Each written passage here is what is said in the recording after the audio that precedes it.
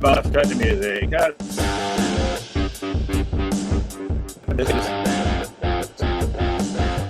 Cut the music.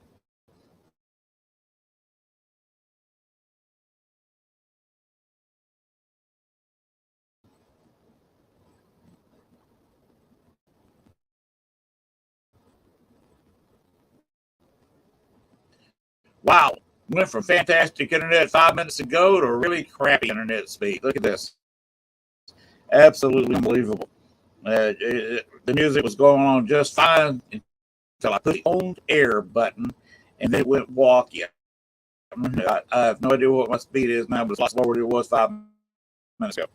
Anyway, here we are trying to get through here in the woods down here by Bayou Buffalo Mule in South Arkansas, wishing I had faster internet. So that, that's all we can do is wish. And if wishes were horses, we'd all ride. And if wishes were internet speed, I'd have 100 instead of 5.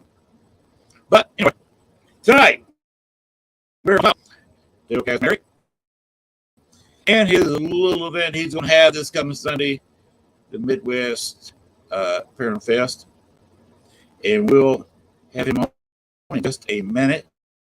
But first, we are going to show you this little video right here.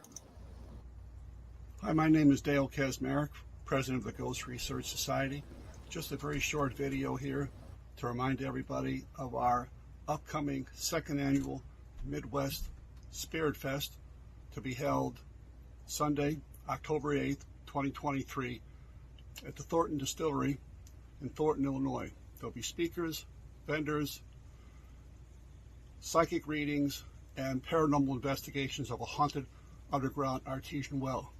If you're interested, please contact me at dale@ghostresearch.org through my Facebook page or my website.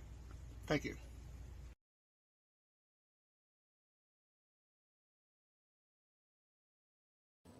We'll bring him out in just a second. That's all we're going to do tonight is the Midwest Ghost Fest. So we are going Bones, please hit our intro.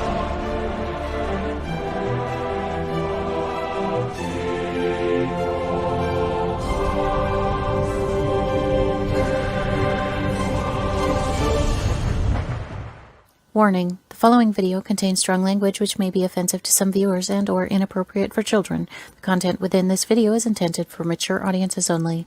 Southern Fried Paranormal with Len Dorman featuring Bones. Catch us on Spotify, iHeart, iTunes, Spreaker, Facebook, Stream, and everywhere else you catch your podcasts. And of course, WLFD-DB.com. Now, from the backwoods of southeast Arkansas, right beside the Bayou Bartholomew, the longest bayou on the planet, broadcasting from downtown metropolitan Cane Creek Township, here is your host, Len Dorman.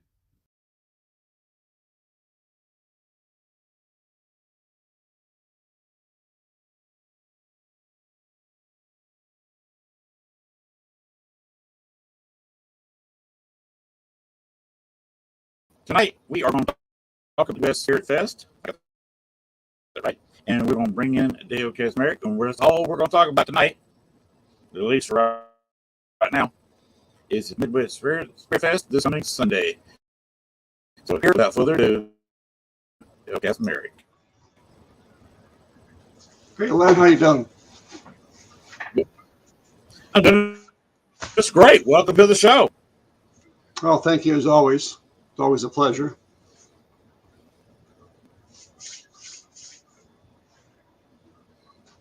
All right. We got this fest this coming Sunday. You give us the info about it. What, when, where, now? Sure. The Midwest Spirit Fest is going to, this is our second annual Midwest Spirit Fest is going to be held at 403 Margaret Street in Thornton, Illinois, on Sunday, October the 8th, from about 11:30 a.m. till about 8 p.m. We're going to have quite a number of speakers available for the event.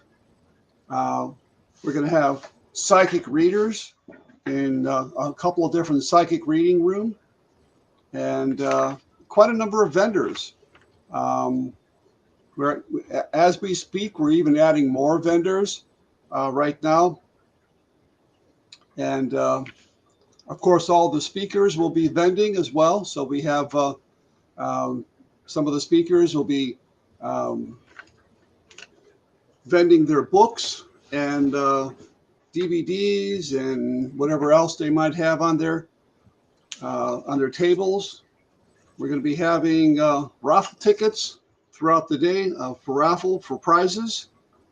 And we're going to be having half-hour investigations in the haunted underground artesian well, which obviously we have running water there, and it's made of limestone. So basically, you have the limestone connection and you have the running water connection, and the investigations are only $10 for roughly 30 minutes or so. It can run a little bit over, especially if we don't have anyone planned for the very next one. We'll let it run a little bit longer. People are encouraged to bring their own equipment, but we also will be providing equipment there for people to use as well if they don't bring their own equipment. We'll be having different speakers and psychics helping with those underground well investigations. So they will be teaching you pretty much how to use the equipment, and then tell you a little bit about the history of the building, the well, and then we'll be doing some EVP sessions down there. So we'll have some cameras set up. We'll have different equipment in the front. We'll probably be using the Obelisk 5, probably the Phasma box, Spirit box, or Ghost box as I call it, probably the SB11. And there'll be digital recorders there. There'll be different types of mail meters available, a REM pod, different things of that nature. It's not a really large room. I mean, you can probably fit maybe 15 or so people down there without crowding too much.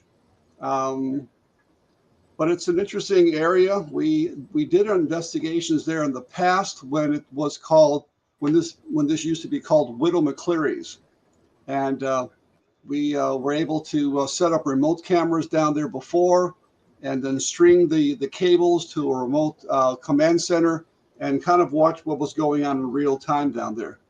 And on top of that, we were able to, at the same time, be able to investigate the building, which has a pretty rich history of ghosts. Some of the one of the former owners, a woman named Sharon Birkenfeld, told me about some strange things that happened while she was the owner of the building.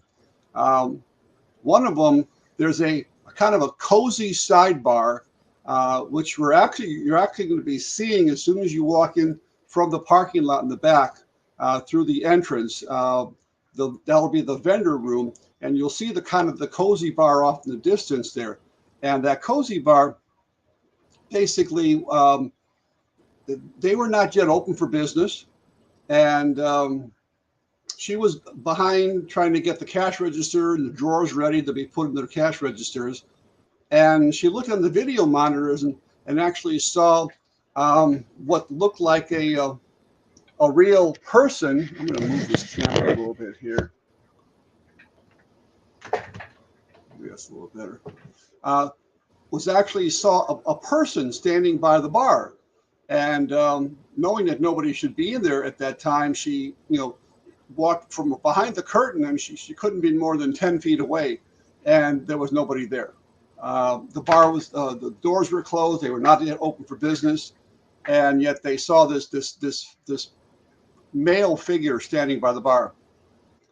Now, there's also a pool table in the upstairs, and where the pool table is today, it's the same pool room. And one of the owner's husband was up there Well, actually, was downstairs, and his son came running downstairs and said that he had seen a dark shadow. He had seen somebody upstairs standing by the pool table, and of course, this guy is a big burly guy. He's a biker guy, and he's really big and burly. And he comes charging up the stairs, and there's nobody up there. And there's really no place for anybody to go up there that quickly. So between the building itself being haunted and also the well, it's pretty interesting.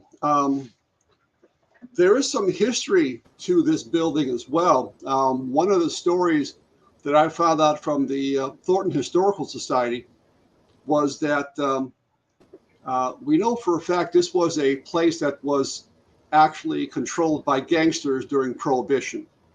And this was a man by the name of Joel Saltis, who was a kind of like an ally of Al Capone.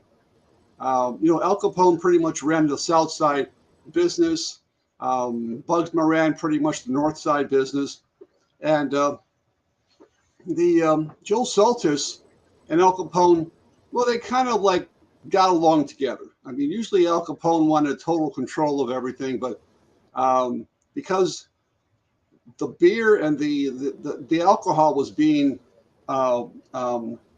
created from this very fresh spring water from this artesian well, it was some of the best tasting brew on the Southwest side. So Al Capone kind of let Joel Saltis, is my understanding, kind of run the business. But of course, Al Capone wanted a piece of the action, as they always say. Of course. So this went on for some time. The brewery went through a number of different changes, from the White Bear Brewery to all different names and so forth throughout the years.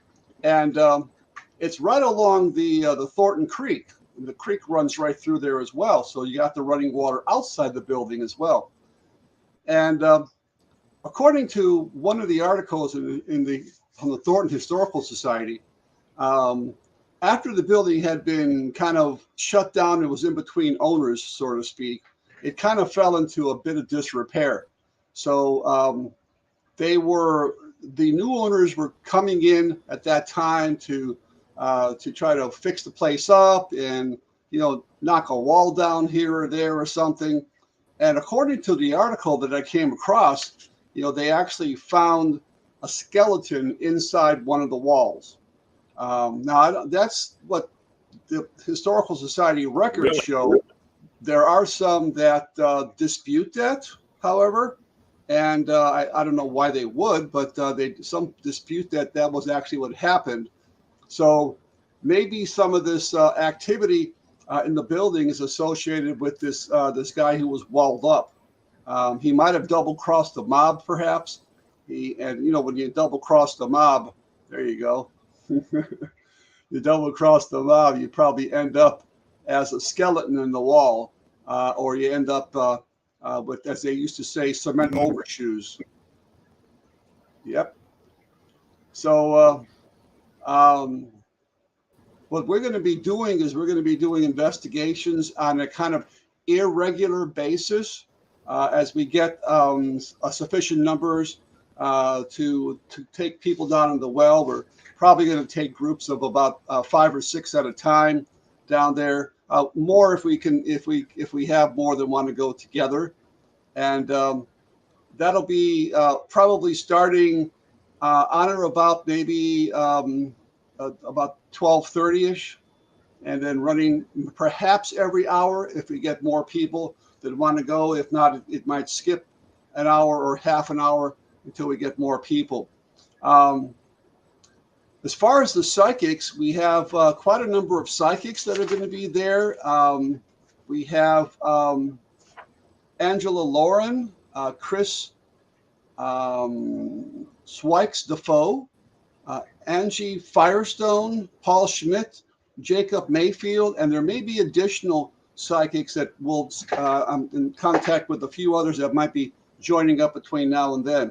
So they're going to be in different reader rooms, and the psychic readings are going to start they're going to be in increments of $10.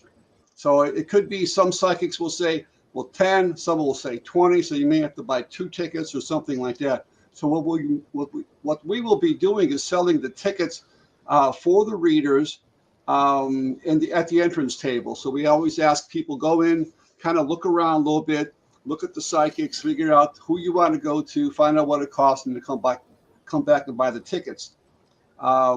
You'll then turn the tickets into the psychics, and then at the end of the night they turn them into me to get paid. So I think that's a very good way to do that. And we had a lot of psychics last year that were very happy with the flow of traffic that they had. I'm not sure exactly how many people we had come through last year, but according to the last time I went on an Eventbrite, we have almost 900 people that said they were interested in the event. Now, I don't think that 900 will actually show up, but we have 900 that are interested, and we have quite a few already signed up. So if you haven't signed up yet, it is free to get in. Okay, basically, if you're just coming in to view the vendors, to get a psychic reading, to maybe get something to drink or eat, that's all free. However, if you're, you have to pay for the psychic readings, but I mean, just to wander around is free. The cost is actually for the reader room. So basically, if you go to Eventbrite, and the link is all actually on my webpage. So if you go to ghostresearch.org, you'll find the banner right there in the bottom of the page. Click on that, or go to my Facebook page, and it'll be on my timeline, and there's a banner there. So that'll take you to an Eventbrite page, and the tickets are $10 in advance. And we have about, I believe we have 9 speakers. So I think that's very reasonable to listen to all the quality speakers we're going to be having. If you don't get tickets in advance, the ticket sales will probably stop on the day before, or late in the day on the day before on Saturday. So you need between now and Saturday. You can get your advance tickets on a discounted price. If you don't, it's $15 at the door, and you can buy tickets at the door. There'll be raffle tickets available. Everybody coming into the venue will get 1 free raffle ticket, and we will be raffling off books and DVDs and T-shirts and other niceties, from other vendors. I'm going to go around and ask if the vendors want to donate a little something to the raffle. So we'll be raffling those out throughout the day. And so what we have right now for speakers, I'll kind of go over our speaker list here. And I'm going to be posting this probably later tomorrow on the Eventbrite page. The speakers will be talking every 40 minutes. There'll be a 40-minute presentation with a 10-minute intermission between each speaker. So you can get up, get something to drink, use the washroom, or whatever. So the first speakers will be starting at 12 o'clock through 12:40. And the first speaker is a woman named Marina Kostina. I'm not familiar with her, but she's actually going to be there giving a talk and vending. And her presentation is really a mouthful. It's called Scientific Evidence of Mystical Coincidence for Trauma Recovery and Dream Manifestation. That's going to be her presentation. And then at 12:50, we will have Emily Cotter, and she's going to be doing a talk called Where the Party Never Ends, the Ghost of the Old Baraboo Inn, and that's up in Wisconsin.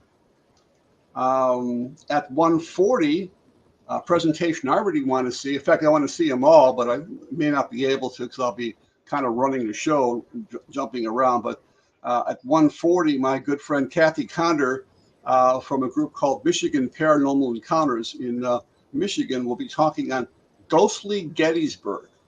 That's the one I really wanted to see. And And then at 2:30, Paul Schmidt will be talking about introduction to ghost hunting. That'll be his talk. At 3:20, I'll be doing a talk called Windy City Ghosts, just basically talking about Chicago and Chicago ghost stories. At 4:30, my Indiana State Coordinator, Charles Williams, will be talking about a presentation called Unknown Finders. And this has to do with some of the Gacy victims that were never identified and were just given, they were buried in various cemeteries, and they have little plaques that say, "We remember." So it's kind of a talk about that. At 5 o'clock, my good friend Sylvia Schultz will be talking about the Dowley murders, Fear and Loathing in Ontario. And she does a very nice presentation, by the way. These are all PowerPoint presentations, so these are multimedia presentations. At 5:50, my friend Reverend Rake will be talking on demonology, the occult, and the Walking Dead of the Middle Ages. So we got some interesting talks scheduled here. And the very last talk at 6:40, called Proper Use of Ouija Boards by Drew Prince and Dr. David Paul Schmidt. We have a Schmidt and a Smith, so I have to make sure I get those names correct. We have a David Paul Schmidt and a Paul Schmidt. So when I introduce these people, I got to make sure I get it right. So we have those speakers right now. Hopefully nobody will cancel. But I already came up with a possible scenario in case we do have a cancellation.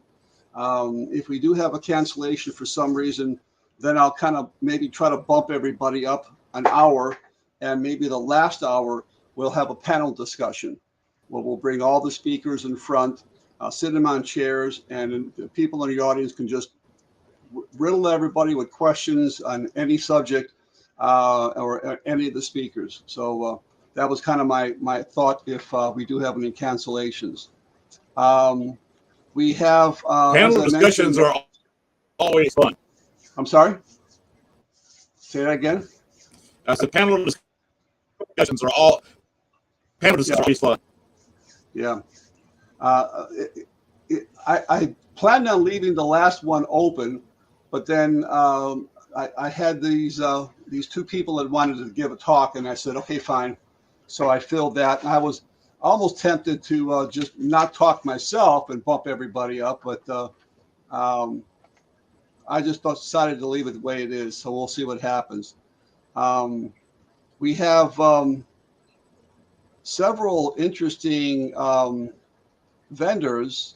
We have Morphos Curios Designs.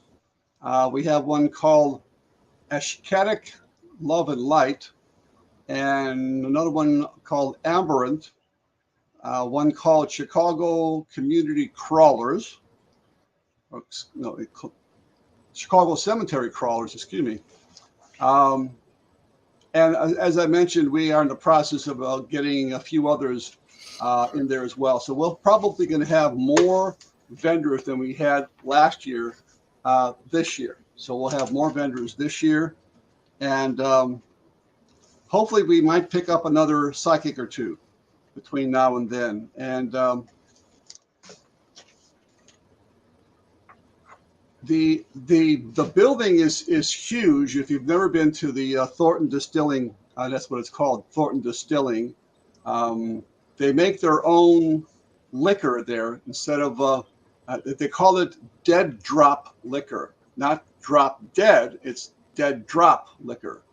So that's what they call it. And you can purchase that there in bottles and everything. They distill it right on the property. They have their own distillery right there on the property, and they make it right there. So that's pretty cool. We'll have signage up throughout the building, so it'll be very easy to find where everything is, where the vendors are, where the speaker room is, where the restaurant is, where the entrance to the well will be, and so forth. And there will also be some, depending on how many vendors we have, there'll be a kind of a center island, unless the vendors take that all up. We may have so many vendors, we'll have to put a center island. But if we don't, as we did last year, we'll put some tables up there in the center so people can actually just bring up, they can order at the bar, and the waitress will bring the food up to the vendor tables. So you kind of like be right in the thick of things. There is a restaurant downstairs. They will be serving alcohol and menu items throughout the day until like 10 o'clock. The bar and the restaurant will be open. The conference will be over at 8 o'clock. So there'll be some time in between speakers. If you want to go up to the various speakers and ask questions at their tables and so forth, we will have a list of all the speakers and what they're talking about at the main table, so that people can come in and pick up one. For those that are paying the $10 for the speakers, you'll get a wristband. So it'll show you that you have access throughout the whole building.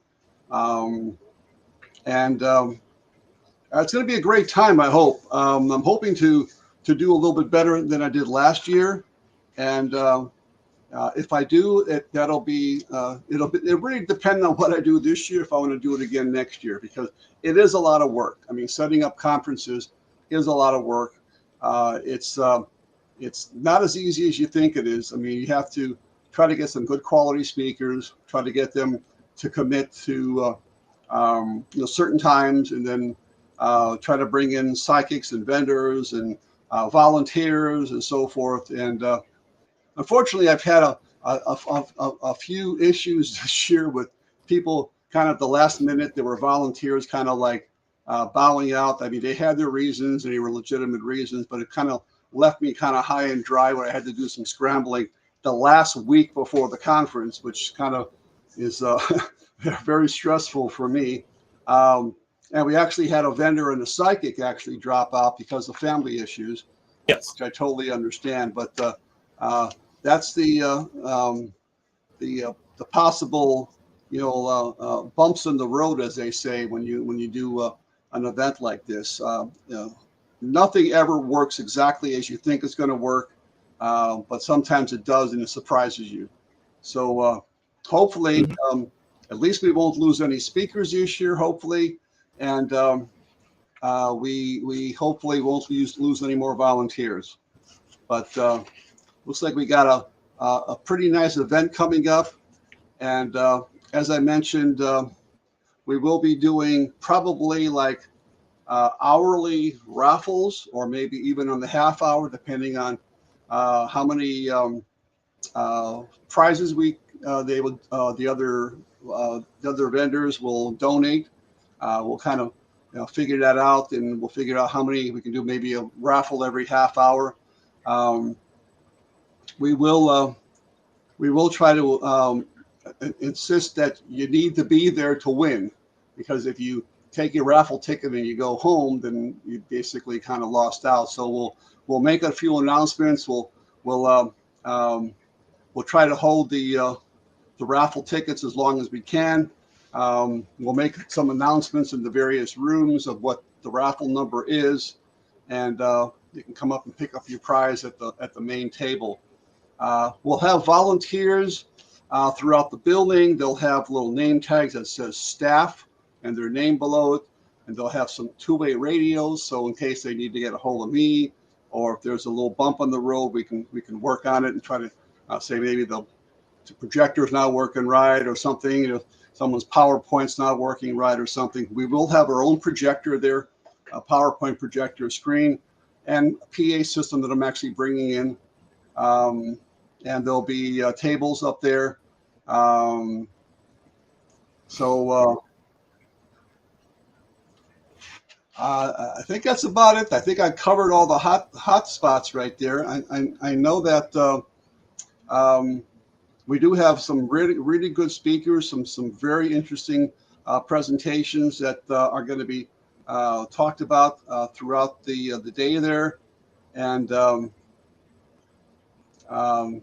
hope to see you all there at the conference. Again, it's the Midwest Spirit Fest, and you can actually go to Eventbrite and just search for that Midwest Spirit Fest, and it will pop up. And or you can go to my website, which is ghostresearch.org, www.ghostresearch.org, and it's right on the main page. There's a banner right there. You can click on the banner. It'll take you right to the Eventbrite page. Whether or not you buy tickets there, or if you just want more information, you can go to the Eventbrite page, and all the information is there on the site. As I mentioned, I will be putting up the list of speakers and their times tomorrow. I know some people had asked about that because they wanted to kind of plan their day. Maybe they couldn't be there, say, the whole day, and they wanted to see maybe certain speakers at certain times, or maybe plan to have a lunch at this time and so forth. So not only will we be having the flyers there at the entrance door, but we'll have the list of speakers on the both the Facebook page for this and also for the Eventbrite page. So we'll be putting that up there as well.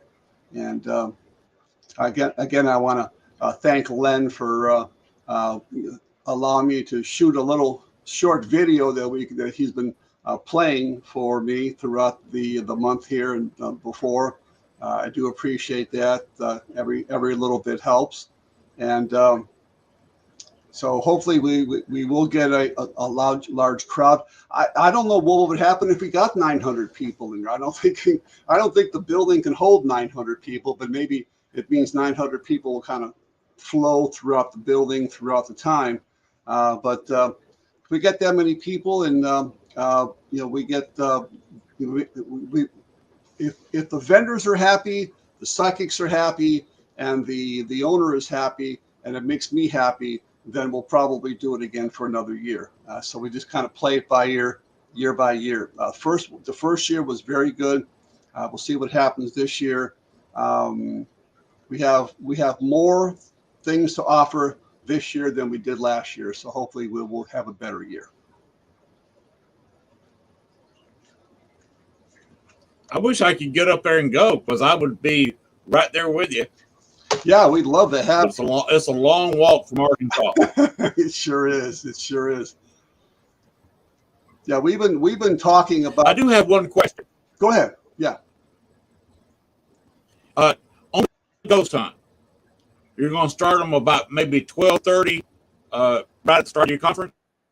Yeah, something like that. It depends. As soon as we get a sufficient number that we can take down there. I mean, the first speaker will start at 12 o'clock. So I probably need to be up there to introduce each speaker, and we'll have somebody up there there'll be a tech guy up there to help the speakers with any problems they have with setting up their computers or their laptops, and connecting it to the PowerPoint, and using the PA system and everything. And then right at around 12:30 or so, as soon as we get like I said, about maybe 5 or 6 people or something like that, then we'll run one of the events downstairs. And it's only $10, like I said, for about 30 minutes. It might be a little bit more if you don't have anything going on. And then we'll kind of make it after that kind of irregularly as we get sufficient numbers of people. I'd like to get probably at least 5 or 6 people to go down there at one time. And everybody that goes down there will have to sign a waiver of liability, because it's not dark going down there, but the steps are a little steep, and there's at the bottom there's a little bit of maybe water down there because the well is running, and there's kind of a moisture in the air. But besides that, there'll be a table down there that will have our equipment set up on, And if, as I said, if people don't have equipment, there'll be some equipment that people can use down there, some EMF meters and so forth. And one thing I just want to make sure everybody knows that this is not my event. This is your event. So when you go downstairs, this is your investigation as well. So don't be shy to ask questions, because I always say the only crazy or stupid question is the one you don't ask. So make sure you ask questions. Kind of like there is no such thing as a stupid question. I mean, believe it or not, I've heard some Lulus in my time, but there's no such thing as a stupid question, because you never know. I mean, of all the places I've been to, I run a lot of EVP sessions myself, and I maybe the ghosts get tired of me asking questions all the time. So that's why we say, somebody else from the group asks some questions, or maybe a female asks some questions, because maybe it's just that certain person in the group that they're going to get the reaction from. Right. It could be a disembodied voice. It could be a touch. It could be an EVP. It might be something that you don't even hear until you play back your recorder later on. So I would suggest, obviously, if you come along, bring a digital tape recorder. I'm going to put this also in the Eventbrite page as well. If nothing else, bring a digital tape recorder of some kind, because they're very inexpensive nowadays. You can get them for under $50 a lot of times, and because if you don't have that and you're doing an EVP session, then if it's a true EVP, you're never going to hear it. I mean, it might play back on my recorder, and then I might post it up on which I will do. What I did last year is when we had some we were running some EVP sessions down there, we just made sure that when we brought down groups, we would say this is group 1, this is group 2, this is group 3, etc. So when we listened to the EVP sessions, we knew that, okay, group 1 was this people, and the people that came down in group 1, you knew you were group 1 because I told you were group 1. So then when I later went through my EVP sessions and posted that on the Ghost Research Society website and said, okay, this was under group 1's EVP session, we caught this. So then you would know that we caught an EVP right then at the time, or it might be something that you could hear coming through, say, an obelisk, a ghost box, a phasma box, a mini portal, all the other devices that are what I call real-time devices. So when you ask a question, you can sometimes in real time hear the response, and then you can build on that response. So then Right. You would then hear, in some cases, not all the time, sometimes you get some random words that come through, but sometimes you do get a direct response, in which case you would hear the direct response, and then you would be recording it at the same time. So be sure to at least bring, if nothing else, a digital tape recorder for your session, and so you can record it. And then if something comes up as a true EVP and not through one of the devices, then you might capture it too. Now that's the interesting thing that we've determined through some of my work through the many years I've been involved, is sometimes when there are people in the same room and say I'm using an Olympus DM420 and somebody else is using a different type of a device, maybe a Zoom, maybe a different type of recorder, I might get something and they don't, or they'll get something and I don't, which is really kind of strange, because I think it has something to do in some cases with the mechanics of the devices, believe it or not. We've noticed that when people in our group, when Lisa and Nicole were running a lot of the EVP sessions, Lisa had a different recorder than Nicole and I did. And Nicole and I picked up something and Lisa didn't. Or Lisa would pick up something and we didn't. So it's kind of strange, and I don't know exactly how to explain it, except that it may be something in the way those recorders, the different recorders, pick up different frequencies or different sounds. So I always like to say we'd like to have as many digital tape recorders down there running as possible, because you might capture something that I didn't capture, and then you could send it to me, or I could send it to you, or vice versa. Or you could go to the website later on when we post it there, which basically will then be posted to a YouTube channel that you can actually listen and click on it and hear it at the same time it was being recorded. So, and we will be having different people running the sessions down there. Mikey will be running some. I know you know Mikey, Len, Mike Rosario. Oh yes. He'll be running maybe a couple, depending on how busy I am running around. I would like to maybe be able to run one session down there. Maybe right after I introduce a speaker, maybe I can run down there and start a session. And then maybe somebody else, because we also have other paranormal investigators that are coming, like Charles Williams, who is my Indiana State coordinator, Kathy Condor, who actually runs a group called Michigan Paranormal Encounters. Maybe she'd be interested in running an EVP session down there. And then maybe even Sylvia Schultz. So, and then maybe even Paul Schmidt, because he has he's doing a talk on introduction to ghost hunting. So, I mean, he might be just a good person to put down there to run a session as well.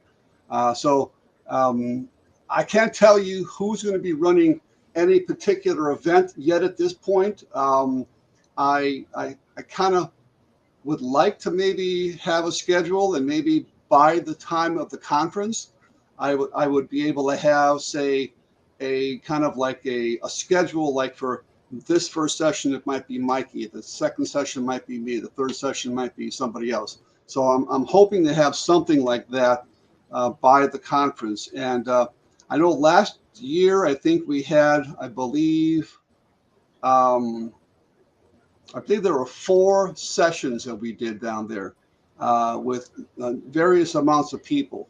I think the last session, I think we only had like 3 people, but they wanted to go. I said, well, absolutely, we'll take you down. So that was the very last session we did. And I think some of the sessions last year were being run by Jim Graycheck and Lou Hovans. And then there was also my good friend Jeannie Chilton. I don't know are you familiar with Jeannie Chilton, Len? I'm not sure. Okay. I can't recall the name right now, but I may have met. Yeah, I've met so many people. She's from Missouri, and she runs a group called PREOM, which is the Paranormal Investigators of Missouri. And she's been in the field for, a good 20 years or plus. And we did a lot of investigating together. Even when she was in Missouri, we went to a whole bunch of places like Old South Pittsburgh Hospital in Tennessee.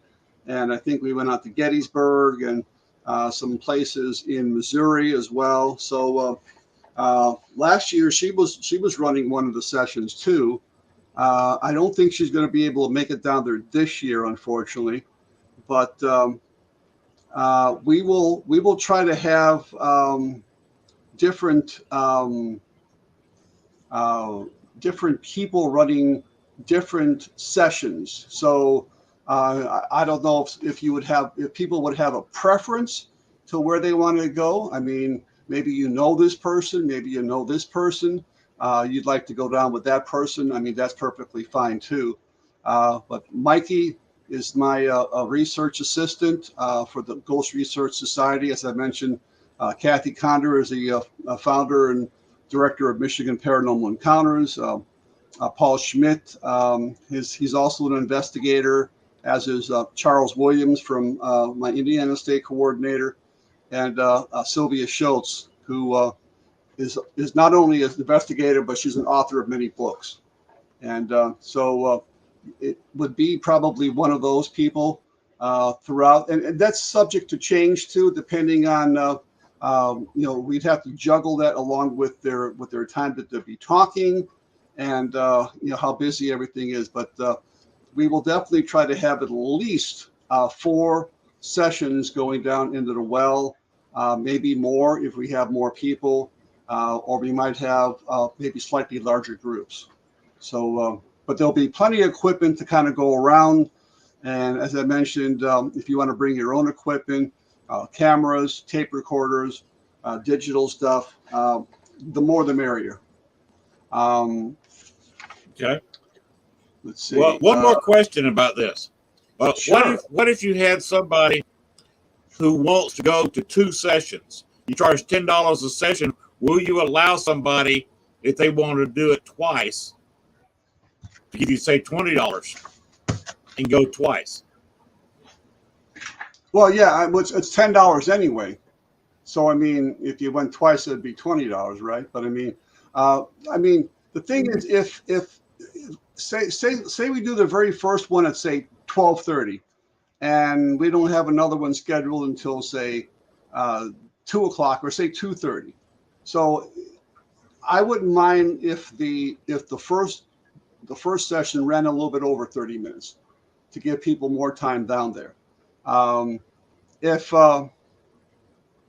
people wanted to go again, I mean, yeah, I never thought about that because we never came up with that idea. Nobody came up with that idea yet. Nobody ever went down twice. But I guess we could figure something out. Maybe we could even give them a break if they want to come down again, as long as we can fit them into an existing group. We wouldn't necessarily put them in a group by themselves, but say if we would fit them into an existing group or something, we might be able to do something, to maybe reduce the price or something. I'd have to give that some thought how that would work, to be fair. But yeah, it worked really well last year. I mean, because I had plenty of volunteers that wanted to do the well. So I mean, they were just selling. In fact, basically everything is going to be sold at the main entrance. So when you first come in, those people that have prepaid on Eventbrite, you will get tickets. Basically, you can print out the tickets from Eventbrite. But if you don't do that, all you have to do is come in and give me your first and last name, and I'll have a checklist. I'll have a list there to check you off, or somebody will check you off and give you a wristband. If you didn't pay in advance, then you just pay one of the people on the table $15 for the speakers, and you get your wristband, and you get your raffle tickets, by the way, too. And then if you're just coming in, like I say, to browse around, that's free. We decided to make that free instead of charging people just to browse. So if you want to just come in, browse around, maybe just come over and do an investigation at the well. Maybe that's all you really want to do. So that's fine. You come in and do that, and then you can browse around the rest of the rooms, except for the speaker room. But you can browse around the vendors, and if you want to get a psychic reading, that's fine too. And then there'll be a part of the table there'll be a place that you can sign to remain on the mailing list. So we just ask you to print your first and last name very legibly and print your email address. So if we decide to have this again next year, I will put you into a bulk mailing list. And when we come up with the time and so forth, that'll go out as a bulk mailer. So you'll be you'll know what day it is, and it will initially it'll be like we might not have all the speakers set, but we'll have at least the date and the times and so forth, and it'll be very similar to what we're having this year. In fact, it'll be identical. We'll have the vendors, we'll have the psychic readers, we'll have the speakers, we'll have the investigations, and we'll have the raffles. So basically, it'll be the same thing. It just depends on who's going to be there as far as speakers, vendors, and psychics. That might change, but as I mentioned, from last year, we did retain several psychics from last year, and I believe at least one of the vendors.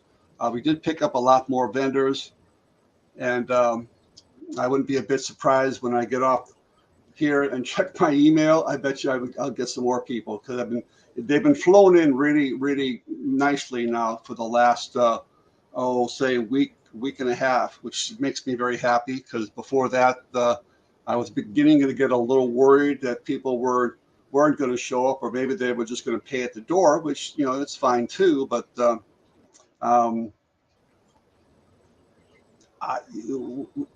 as far as the vendors are concerned, I mean, the vendor room is the biggest room. So when you walk in, there's free parking in the back of the building, and there's plenty of free parking. There's also street parking right next to the building, and there's actually a commuter lot behind there that you can also park in, because there's no commuters running on Sunday. So there's plenty of places to park. There'll be signage to direct you to wherever you need to go. Just follow the signs. If you can't find what you're looking for, just look for anybody who has a badge that says staff on it, and they'll be able to help you. And if they can't, then they'll call me, and then I'll be able to help you. But it's big. It's a big area, but it's not confusing, because as you walk in, that'll be where the sign-in table is, and where you purchase all the stuff, and all the vendors will be there, and all the speakers vending will also be in that same room. And then when you go straight down the hallway, if you were to walk straight down, you'll see a hallway there. At the end of the hallway, there's a room that'll be one of the psychic reading rooms. And then if you were to go, before you go down that same hallway, but don't make it all the way to the speaker room, and take that stairway going down, well, that's where the well entrance will be located. It'll say, big sign saying well, just follow the signs. And that's also where the restaurant is. So you can go down there, order a drink, have dinner or lunch, bring it back, or they'll deliver it to the vendor room. And then there's going to be another reader's room upstairs. So there'll be some signage also pointing up. They'll say so additional readers or something like that. Just follow the signs, and there'll be a big room, and there'll be several readers inside there. And then also upstairs will be where the speakers are going to be located. So I know last year there were some that said they couldn't hear really well because there was noise coming from the vendors' rooms. Well, I really can't help that too much, but I did bring a portable PA system this time. So it's only about this big. There you go, about that big. But it's loud. I mean, it's really loud, and you can adjust the volume. And with that, you'll be able to hear without any problem. And so there's pretty much everything you can find just by following the signs, or you can always talk to somebody at the entrance table. And that's pretty much where you purchase, sign in, also to sign the waiver forms will be up there for the well. And also, if you wish to remain on a mailing list, there'll be mailing list forms here that even though you may already be on a list, I would suggest just signing it again, just to make sure that I don't overlook you, because I will put you in the bulk mailer. And when we decide to do that next year, we'll make sure everybody gets the notice about the event well in advance, so you can make plans for that. And it'll probably be on another Sunday, maybe a little closer to Halloween. We'll see, or maybe the beginning of October. We're not quite sure, because last year was like the second week of October. I think it was the 16th, and this month, this year was the 8th. But do you have any other questions there, Len? Yes. What time you said your first speaker is at noon? When do the doors open? Oh, okay, great. The first speaker will be at 12 o'clock. I'm hoping to get the doors open by 11 or 11:15 at the very latest. What I'd rather do is open them up a little bit earlier, in case there's a crowd of people out there, to get them through the entrance table as fast as they can. Like I say, if they're just coming in to browse around, they can just go through real quickly. You know, if they're They need to check in because they've ordered tickets. They need to check in. If they want to purchase tickets at the door, they'll have to purchase tickets. We'll have signage on the tables saying, go to this person for checking in and ticket sales, and go over here if you want to pay for a psychic reading or a well investigation. So it'll be very clearly posted on which line you want to get into, and it'll breeze you through pretty quickly. So yeah, I hope to get the doors open by 11 o'clock. That's why I want everybody, all the psychics there no later than 9 o'clock in the morning, and all vendors there no later than 9 o'clock. So they'll be set up before we open the doors. And then people can start breaking down whenever they feel like it. We will officially be closed at 8 o'clock. Is when we're going to be.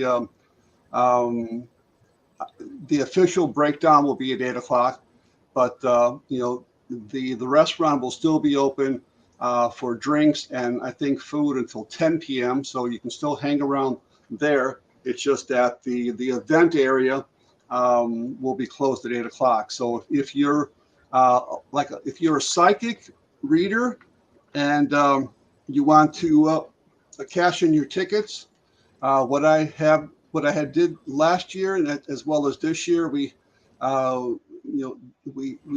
came up with a very fair share where I get a percentage, but the psychics get the majority of their readings.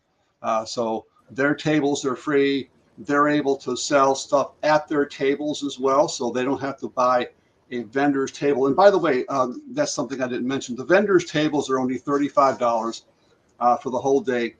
That's a 6-foot area.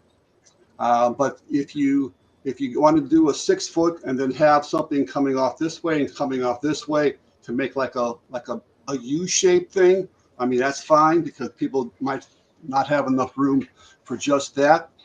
Chairs will be provided. You should bring your own tables. We will provide free electricity if you need electricity to your table, but you need to provide your own power strips and extension cords. We just don't have that laying around. If for some reason you can't come across a table, I do have 2 small card tables I would be bringing. And we do have other tables that we could get down from upstairs. They're like they look like crescent moons. They're like a crescent-shaped table that we could pull down in case somebody doesn't have one. But I think that last year everybody was able to bring their own tables, and that worked out really well. So we'll have as you walk in, the vendors will be in the main room. The first thing you'll see is the entrance table, and then as you go from the entrance table around the big circle will be the vendors around the outside of the room, and there will be vendors and speakers. And if we have a lot of speakers, then what I decided to do was make a circle within a circle. So we'll have the circle on the outside walls, and we'll have a circle in the center of the room, so you can walk all the way around the vendors that way. That would be nice. That would be really nice if we had that many vendors, and I'm hoping we get that many vendors because we have about 4 or 5 that haven't made up. That would be nice. Yeah, we have 4 or 5 that haven't made up their minds yet. So hopefully they will do it before. I know one wants to pay cash at the event, and I said, well, that's fine as long as you guarantee you're gonna be there, because I can't hold a table open or an area open if you're not going to show up. That's why I like to usually have people pay in advance for those things. And people can pay in advance for their tables either through PayPal or Venmo. I have either one of those avenues open, and it's my email is D Kaczmarek. So you just take what you see down here and just remove the ALE and just put D Kaczmarek at ghostresearch.org. So that would be my PayPal and my Venmo address for your tables. And what I would like people to do when they're doing for their tables is because when I get something from PayPal, it'll say something like this, like hello Ghost Research Society, you've purchased a table or something like that. And so in the notes section, because you can just send me the money, but there's a notes section. Put in the notes section what your table is called, because like this one is called Kaczmarek Love and Life. There was another one that said Chicago Cemetery Crawlers and Morphous Curious Designs. So your name will automatically appear in there because it's coming from your PayPal or your Venmo account. But make sure you put in there. Most people did put the name of your table. So I have that when I come in, because some of these people I'm going to meet for the very first time that are vendors and even readers for that matter. So please make sure that when you come in that you can say, hi, I'm so-and-so from so-and-so. Oh, there you are. Okay, just take whatever you want. So it's basically kind of a first come, first serve. If you come early, you can get whatever table area you want. What we would like to do is start by the entrance table and move this way, kind of move in a circle. Let's see, move in a circle this way, around, and then kind of fan out this way. Yeah.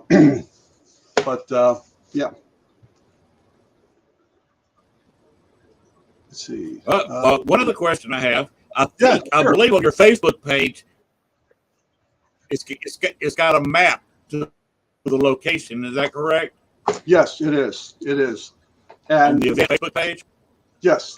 I don't know why it doesn't have one on Eventbrite, or maybe it does. I'd have to look again. But the thing about the Facebook page, which is really kind of strange, the event is at 405 East Margaret Street in Thornton, Illinois. 60473, I believe, is the zip code. And it was on both the Eventbrite page and the Facebook page. Because, basically the Facebook page, when you click it, it takes you to Eventbrite. And the one on my website takes you to Eventbrite. But for some reason, we can't figure this out still. Somebody was asking me, did you change the venue? Did you change the address? I said, no, why? And then I found out that for some reason, Facebook had changed the address to where the place was, where we were having the event at. And we still can't figure out how they did that. But we had to go back there quickly and change that. And I got to every now and then just make sure that it's correct, because that's why tomorrow I'm going to jump on there, which is Friday, which is getting close now, to the event. Make sure everything is correct on that page, and put these psychic, put these list of the speakers and times up there as well. So that's something I'll be doing tomorrow when I get back from my chores I got to do tomorrow out and about. But yeah, I mean, you got some good questions there. I mean, I didn't think about all those questions. So I mean, yeah, I mean, we were planning on opening it up as early as 11 o'clock. The reason that initially we weren't going to open it up until a little bit later is because there wasn't going to be any staff there yet for the drinks or the restaurant. But people may not jump right in there and have a drink and have something to eat. And I think at 11:30 is when they were actually going to be there. So it's only a half hour later, but I'd like to get the doors open at 11 o'clock so I can get that the initial crowd of people through the door pretty quickly and into the venue, so they can start looking around and seeing where everything's at. And there's some really nice little cozy tables too. If you go down the stairs towards where the well is located. You'll see one that says well, and they'll also say restaurant. As soon as you go down there, there's some right outside where the well entrance is. There's some nice little cozy booths right over there. That's, if you want to maybe get away from the noise and the bar and something, you can eat over there. The one thing we do ask is that nobody go down into the well unless they go down with one of our guides, because they will point out what areas that you should be cautious about when you're going down there, because they know. And there are handrails. We do ask you to hold on to the handrail when you're going down. Even though if you may be a 20-year-old, you can still fall just like a 70-year-old person. So you just got to be careful going down the stairs. I mean, it's not slippery, but we would suggest when you're coming down, maybe either have a flashlight or put your flashlight on from your phone as you're going down. It's not dark, but just to illuminate the stairs a little bit better, because we don't want anybody falling. We had no problem last year. It wasn't slick that slick. And as you get down to the very bottom, you got to kind of duck a little bit just to get in there. But after that, the ceiling is like 7 or 8 feet. So I mean, it's not. There's no reason that you'll get claustrophobic, And we don't turn the lights off. We were thinking about doing that this year. If we do that, we would. I'd have to clear it through the venue owner first of all, because as long as you're standing in one spot and not walking around, and you got a flashlight or something with your phone, that would be okay. But then I don't want anybody to hurt themselves in the dark, walk around, bump their head or something like that. So I know last year we kind of kept the lights on when we were down there. And again, you don't necessarily have to have the lights off to see ghosts. I mean, that's what these TV shows want you to think, that you got to be in the dark. You got to be at a creepy cemetery in the middle of the night. You got to be at the creepy old house at the stroke of midnight. No, that's all wrong. You don't have to be there. As Len knows, being an investigator himself, I mean, look at that very famous picture we took at Bachelor's Grove Cemetery. The lady sitting on the tombstone. That was taken in the middle of the afternoon. So you don't have to necessarily be there in the middle of the night to get a good photograph or something. So there you go. And that was taken in broad daylight, infrared film, during the summer, middle of August. So so again, don't let those TV shows fool you too much. I mean, they may be legitimate investigators, but what they do sometimes is, I like to call it reality TV. It's not always the reality of what we do as investigators and psychic investigators, or I almost use the term ghost hunters. I don't like to use the term ghost hunters because it applies that I'm out there with a rifle and I'm hunting the ghosts.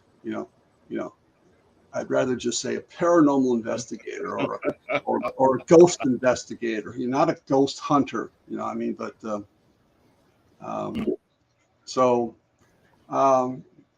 did you have any other questions, Len, that you could think of that I didn't cover? I mean, I got the sheet in front of me, but I may have missed something.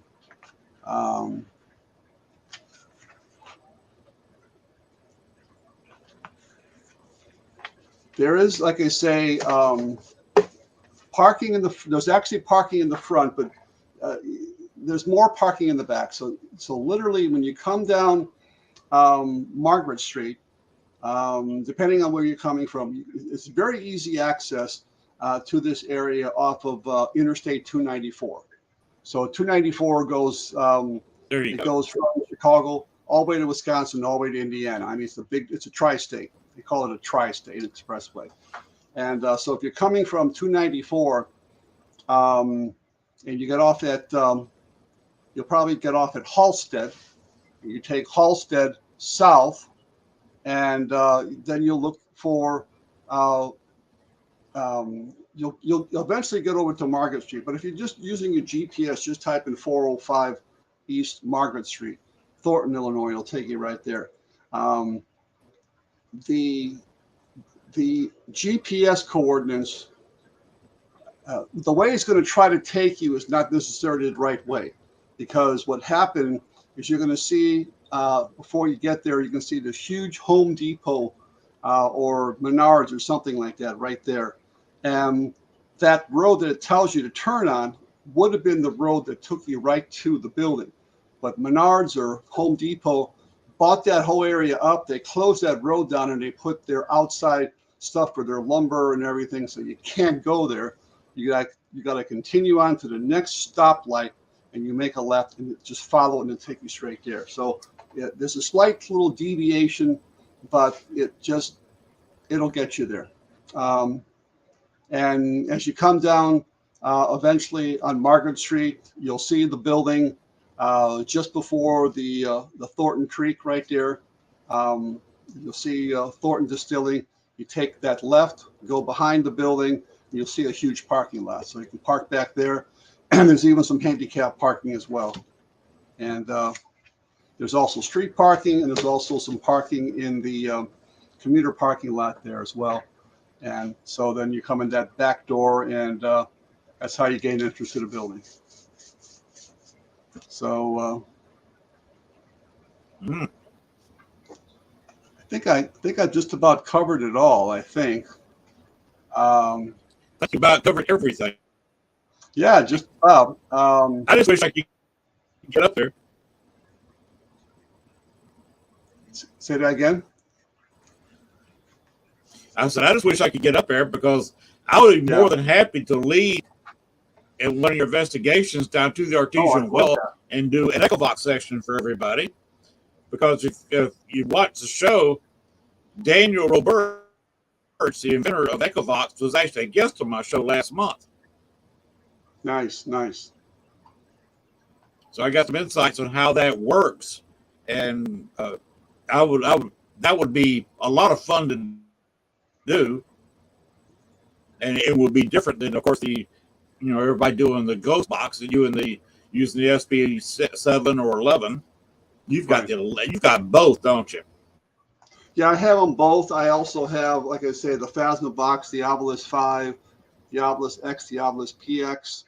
I have the Paranormal Puck 2B. I have a mini portal. I have a video obelisk. I have this new device. I should have actually shown it to you. I don't think I have it down here. It's a device that my friend Vincent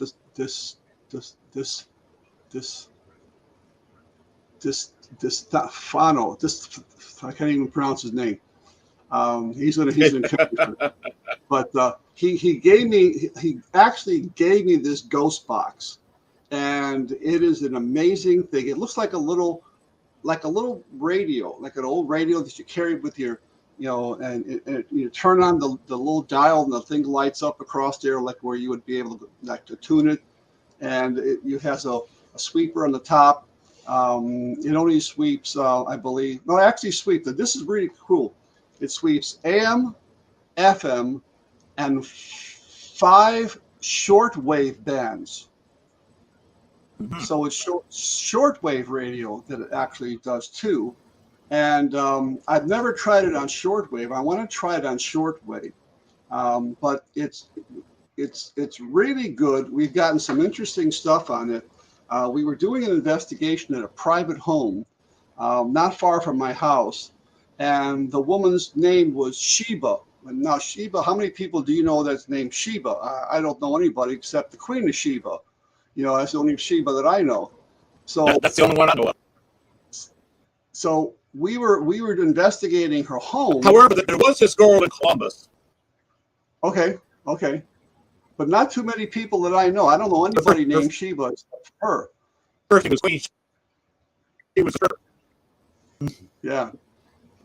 So we were at her house, and I told her to ask some questions because she seemed to be the one that the ghost was interacting with anyway when we weren't there. So she said, "Tell me my name. What's my name?" And if I nearly fell off my chair when it said Sheba. And clear as a bell, and her brother was sitting next to her, and he goes, "I heard that." And then a few minutes later, she asked again, "Can you say my name again?" "Sheba." And it said Sheba again. And I go, whoa. So I actually sent those 2 EVPs to the guy who built this device. And I said, this device is already paying off because it's not a common name. Now, if it would have been Mary or Joe or John or George or Ann or something like that, I could see. But Sheba, come on, Sheba is a very uncommon name. And we had some other things that came through there too that were pretty interesting. But those proper names coming through was pretty interesting. So, we could even bring that down there in the well and let them try that as well, because we did seem to get some interesting evidence of that. It does have a volume control, different bands, and it has a setting where you can make it go faster or go slower as far as the scan. So he has it actually marked where he believes it should be.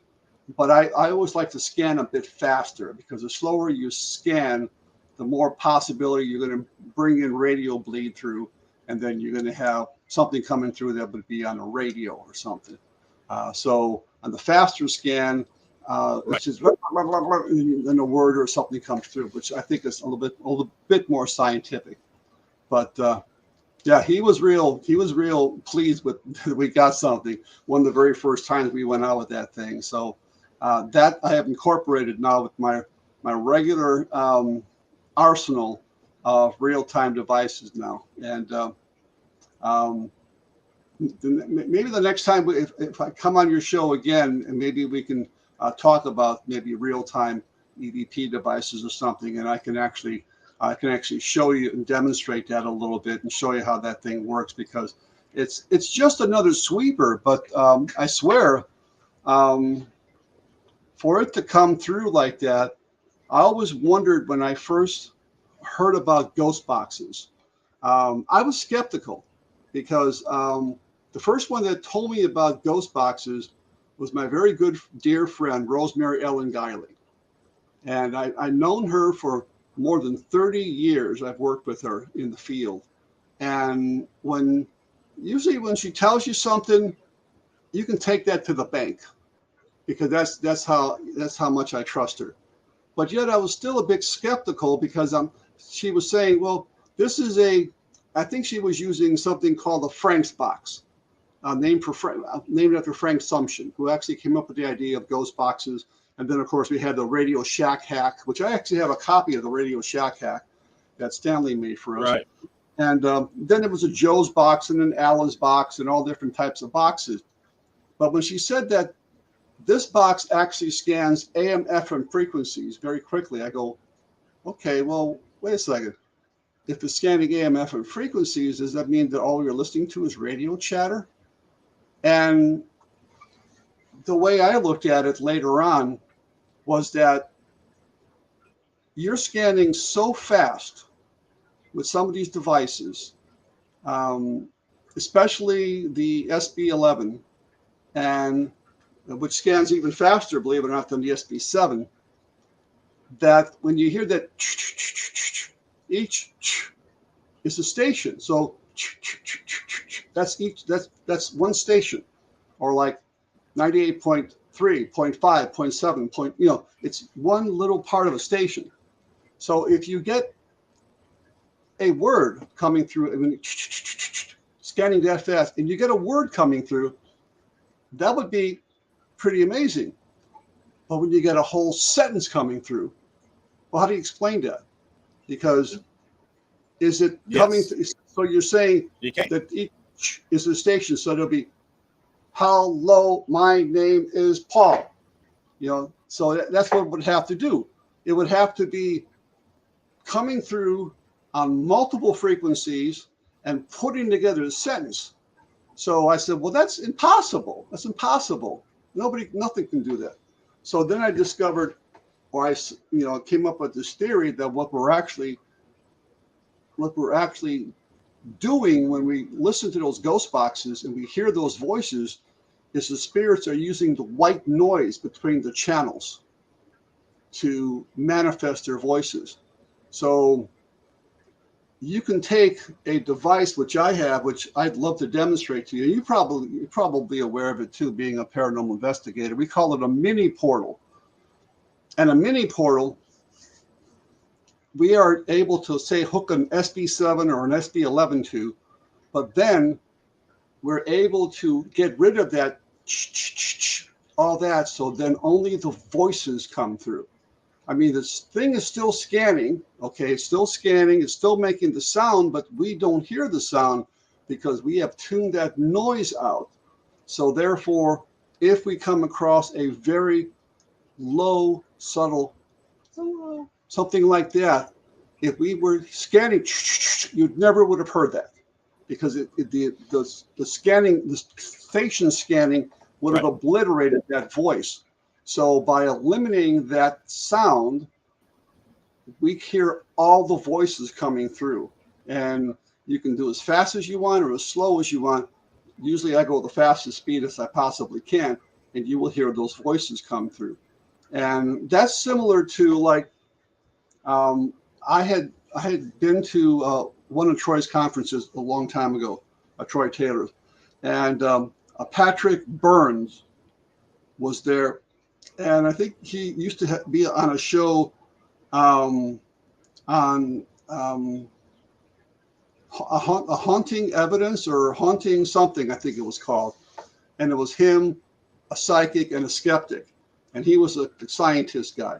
And then he came to Troy's conference and he was showing people how to fine tune your EVP. So when you say you've captured this EVP already, okay, using, say, a ghost box. So you're hearing it, and you hear something in the background, but you can't make it out. It's like a little squeak or something. Well, how do you then get that and get that out of the noise? Well, he showed us that by using a device and a program called, well, you can do it with Audacity, but actually either Cool Edit or Adobe Audition, which is the state-of-the-art one, and it's like a $600-700 device, a program that you insert that EVP into Adobe Audition, and then simply by sliding the bar, okay, by first of all identifying the noise. So you can actually have the program say that is noise. And then once they identify that as noise, there's a bar you slide, or basically it's just like you're pulling a bar across with the mouse, and you're eliminating more and more of that until it's gone, and then just the voice is there. So it's the same principle, but instead of paying $600 or $700 for a Adobe Audition, you are getting, say, a $200 or $250 mini portal that does the same thing. And I don't use it that much, but I should go back to using it, because one thing when I began to listen to ghost boxes, I thought that scanning of stations was the most annoying thing I ever heard. It drove me crazy. It drove me crazy. Yes. And eventually, It gave me a headache. Yeah. Eventually, what happens, though, is I think people that when they use it long enough, they begin to get used to that, and you can actually kind of, in some way, maybe kind of tune it out to some extent, and you begin to hear some of those background voices. And that's what when Rosemary was using these mini boxes and these Frank boxes and things of that nature, she had to use them for years before I got involved with them. So, and we were using them at Waverly Hills, and she's scanning, and she said, "Did you hear that said hello, or that said whatever, or my name is something?" I go, "No, I didn't hear that." But because she had been using them for such a long period of time, you get that rhythm, that, and you can kind of say, okay, well, kind of tune that out for a second with your mind a little bit, and you begin to hear those voices. And now that, when I use the ghost box, like I'll use the SB11, because the SB11, you can actually disconnect from the antenna in theory. So you don't have so much of a chance to pick up the radio chatter. The SB7 doesn't have that feature. What I've been able to ascertain by just experimenting with in such a long period of time, that I can hear more and more of the voices in the background without having to tune that stuff off. But still, if you want to pick up those low voices, those voices that are just like that, you have to either find a way to eliminate that noise, either through Adobe Audition or through a mini portal. And it works really well. It really does. And in theory, okay, even though you're limiting the sound to your ears, I think the spirits are still hearing the sound, because you're just eliminating for our physical ears that actually have eardrums. Well, spirits don't have eardrums, okay? They're not a physical thing anymore. So they're hearing or reacting to the frequency of how fast you're scanning, either or, and they're still hearing that regardless if you turn it off. So they're still talking between the white noise, except you're not hearing the white noise anymore. And that's crazy. It's crazy, but it works. It does work. And so I would love maybe to come back on your show one day and let's just talk EVP stuff. And maybe I can demonstrate a couple of these devices. Well, what we could do, it's been done. It's some weird stuff is going on. But what we could do is you fire it up and I ask the questions. I didn't catch it. You're kind of breaking up kind of bad. Okay. I said, you fire up the program, the ghost box, through the portal, and I ask the questions during the show. Yeah. You can do that. I've seen that done before a couple of times, and always something weird happens because all of a sudden you get involved in your loop, and they can draw energy because I got a basic microwave antenna on a pole in front of my house, and that's how I get internet through cell phone towers. So you got high energy radiation, a little microwave, and of course the energy the cell phone towers put out. So when they're hearing that, they can actually absorb that kind of energy and travel if they want to through the internet. Yeah. Plus, you're also doing something like a remote EVP session. And people have done that, especially when they do these, and I've only participated, I think, in one such time, but they have this National Ghost Hunting Day where everybody gets on and they do something from somewhere, and they post it or whatever. I would love to try something like that where we could do a remote EVP session, like you're saying. Somebody works the box, somebody asks the questions, and so forth.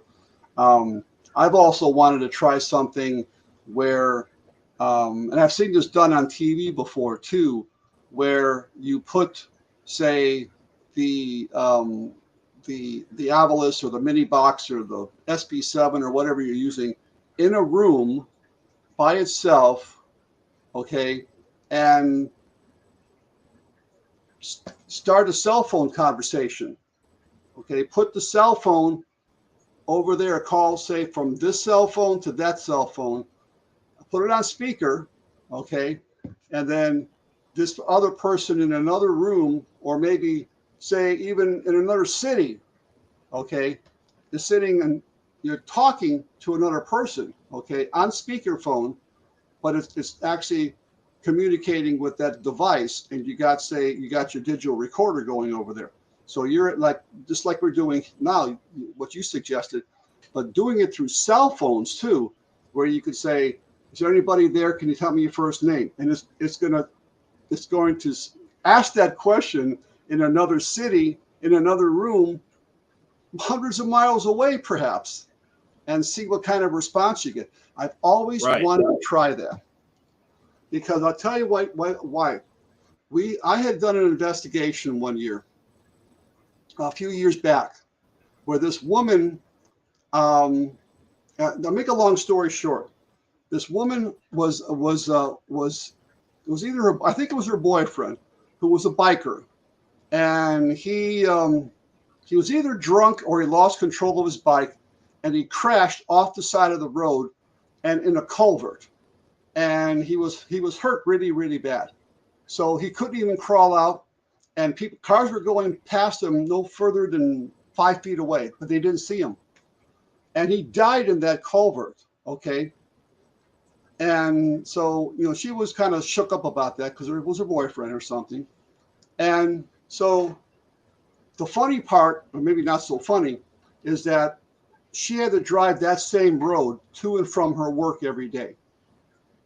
And she was going down there one day, and she was talking to her girlfriend on her cell phone, and she had it on speaker. Okay. She had it on speaker, and she was talking to her girlfriend. And when they got to the bridge, within a few feet of the bridge and a few feet of the other bridge, something came through her cell phone that sounded like her boyfriend's voice. And it was the craziest thing that I've never heard of such a thing before. D. Scott Rogo wrote a book called Phone Calls from the Dead, but that was with modular phones. That was with dial phones. That was connected to a modular jack. That was long before we had these things. Okay.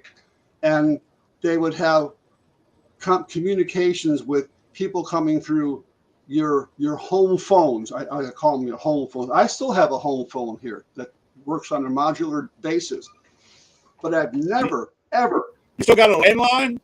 What's that? You still got a landline? I still have a landline. Absolutely. And I'll tell you why, because sometimes the network gets screwed up and I need something where I can call out on, and vice versa. If that goes out, then my wife's got this, because I got her a cell phone. I got her a consumer cellular phone for like $25 a month. It's a little flip phone, but that's all she needs. So I have never heard of anyone ever picking up an alleged spirit voice through a cell phone, ever. How does that happen?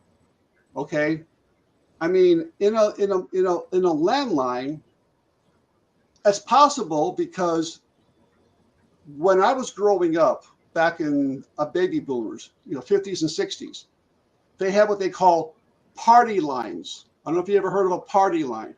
Right. Basically, we had one when I was a kid. Yes. Yeah.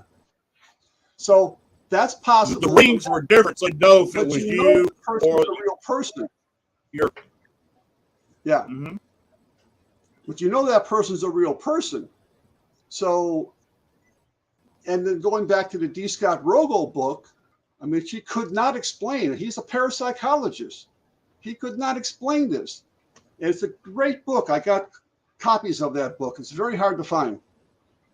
But how does that happen on a wireless system, a wireless cell phone that goes through a network, that goes through a cell tower, or goes through a repeater, or whatever you want to call those, and then is sent to another cell phone? How does a spirit voice transpose itself into a network that you can hear? She got so freaked out when she heard that she got a hold of this investigator in Southern Illinois. I'm not going to mention his name. You might know who it is, but I'm not going to mention his name. And we went out there and we tried to do an experiment. So we went into her car. We had a digital tape recorder. I had a camcorder running. I said, okay, let's go the exact same time you were traveling. Call your girlfriend at the exact same time or pretty close to when you were talking to your girlfriend, when you started your conversation, past the bridge and beyond. And we went in both directions, and of course, nothing came through. And we did it exactly how she would have done it. You know, she was just talking to her girlfriend, and then this voice came through, and it sounded like her boyfriend's voice. So I would love to try that experiment again. I mean, this was out in the sticks, but there was a cell tower close by. So can a cell phone act like a party line? I don't think so, but I don't know. I mean, can you get another person's conversation coming through your conversation, a real person that is, coming through on your cell phone? Say you're talking to me, and all of a sudden your wife calls and is on our conversation without merging the two phone calls. You know, she's just suddenly there on the same phone. That's impossible. You can't. There's no way to do that. And so when I heard that, I go, wow. I mean, I've never heard that. Now, I have no reason to doubt the woman, and so did this gentleman down, this other investigator down there. She was virtually very shook up about this. I mean, she was very emotional. She was crying about it. So, I mean, she could have been an actor, but I don't think so. I think her emotions were just too genuine. And we have the article. We know exactly where her boyfriend died, and she's telling the truth. It happened right here. So as she's getting up to kind of cross over, you know, that little bit of a bridge where underneath is the ravine or the culvert, where her boyfriend would have been lying, dying. And of course, the boyfriend's been laid to rest for, you know, months and months and months when she had this encounter. And then suddenly she goes over the bridge, or as she approaches the bridge, she begins to hear the boyfriend. And I can't remember. I'd have to go back on the records. I actually interviewed her, and I got the whole story on audio tape. So I don't remember exactly what she said that he said, but she said what he said that night. And as they got over the bridge, just on the other side, it stopped.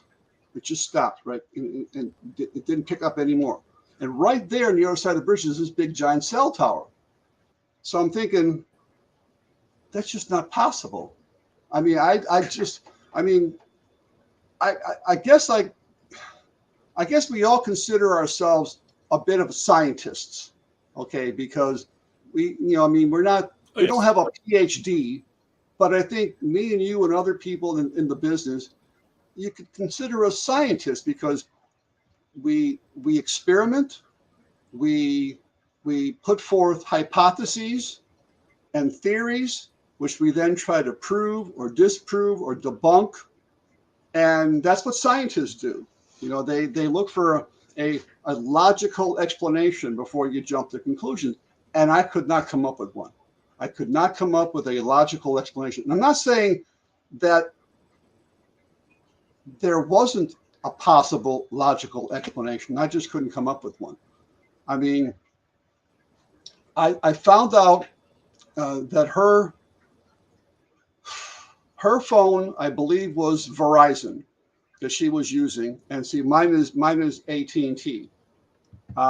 So I guess to replicate this exactly, you would have to have a phone that's Verizon. That typically I would like to have the exact same type of phone. You know, what type of phone it is. Is it an iPhone? Is it a Android? Is it, whatever? Is it a Galaxy S5, a S2, the exact same phone? That's how I would, try to explain it away. Because if you had a different phone, different service, then it's kind of like it's not scientific. And we got all that information from her. We got exactly what type of phone, the service, and all this and everything. And it only happened at one time. It never happened again. So, and we know exactly when it happened because she told us the exact date. It had nothing to do to like an anniversary of the guy's death or anything like that, or his birthday or anything like that. It was just a random time that she was crossing over. Now, was that the same time that he died?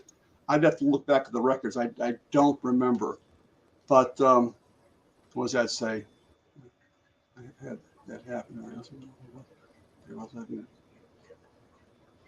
Yeah. Yeah.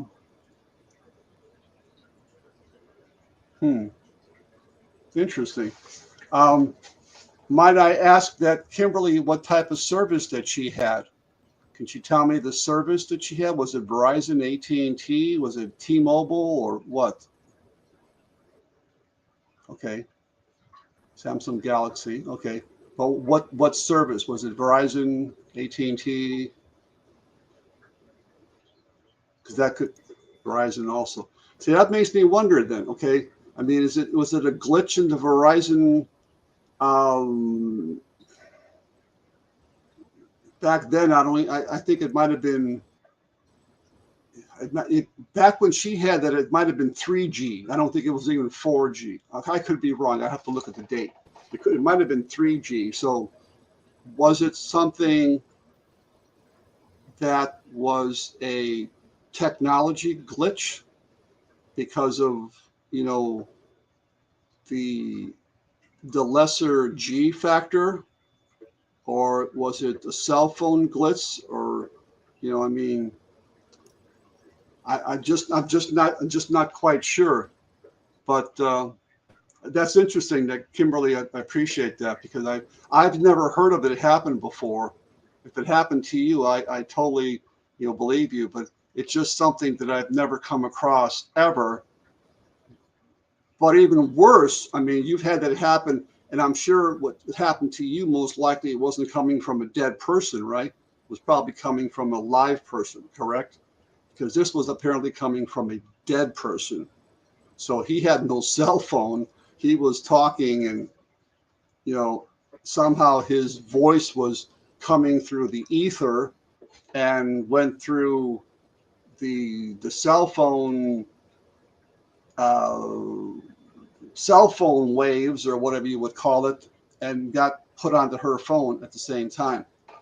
So, I mean, that's spooky. It's just spooky. I don't know how else to say it.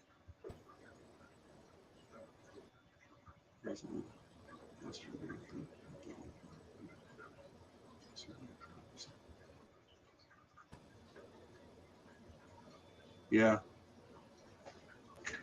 Well, see, I mean, there's something there in what you just said that's not the same with the woman, because the woman was obviously not a psychic medium, and she says she never ever had any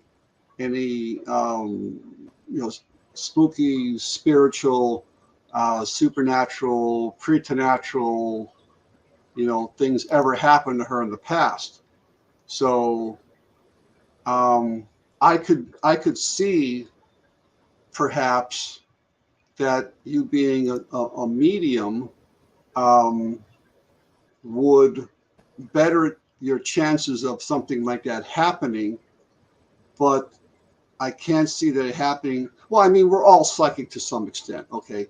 But I mean, if you're a psychic medium, then you're obviously a bit higher elevated than, say, an ordinary person would be, perhaps. And I wonder if that has something to do with it. I would think it does, but yeah, it's just very strange. Have you ever heard of anything like that, similar to what I just said, Len? I've heard of some strange things going on. I've heard voices of people who were passed away. Supposedly, we can't prove anything over the internet, a cell phone signal, which is what I'm talking over. It's basically a cell phone because I go through towers. Yeah. So it's and I've heard some strange stuff. I've actually had. I remember one experiment a couple of years ago that we did. We were doing a regular ghost box session. Now we had it through a portal, and it didn't have the static sound, but it was basically a ghost box session. Not an SB7. It was one of the custom boxes where you don't have the white noise sound, but you get some sound coming through. And about 30, 40 minutes out, there was nothing, absolutely nothing going on. And so I got a little bit bored. And Gail, for those of you who don't know, my wife, had said something about a hotel she wanted to stay at in New Orleans to our next trip. So I thought I'd check it out. So I started checking the hotel out. Turns out they had a ghost story of a woman and a girl who appeared. What happened there in the story, the young girl had an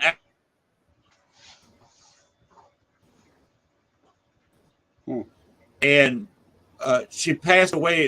She was put in a room to recover and passed away in the room.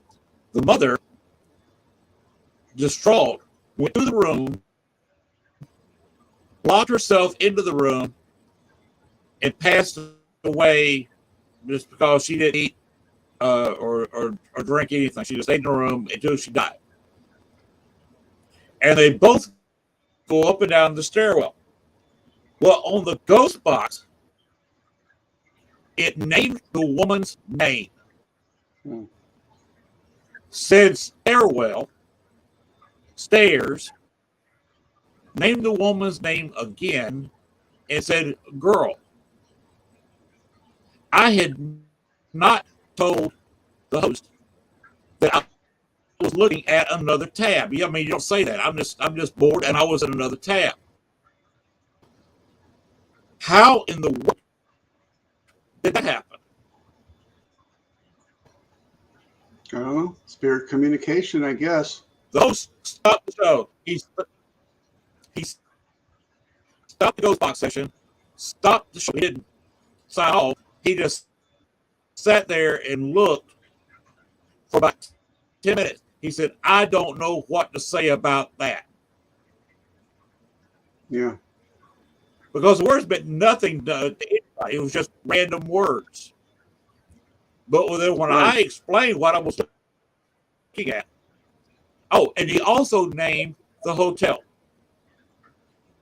Okay. A female voice named the hotel 3 or 4 times, and people didn't know what word they were saying. Until I said the name of the hotel. It was the Lafitte Hotel. Until I said Lafitte, people were trying to. They were hearing Lafitte, hearing a couple of different words. It wasn't Lafitte, but when I said Lafitte, yeah, they were saying Lafitte. And I heard Lafitte plain as day. And that was one of the weirdest things I've ever gone through. And that's why when you do something on the internet, you don't know what you're going to get. Also got ghosts in the house that came through the internet, woke Gail up at the other end of the house, standing at the foot of the bed. Yeah. And then they came into where I was and were looking at her computer, trying to phase into the computer and go back away from, but her computer wasn't on. So I had to leave the room, tell them to go through my computer, go out on the internet, and get out of my house to clear all of those spirits out of the house. It was very, very strange evening.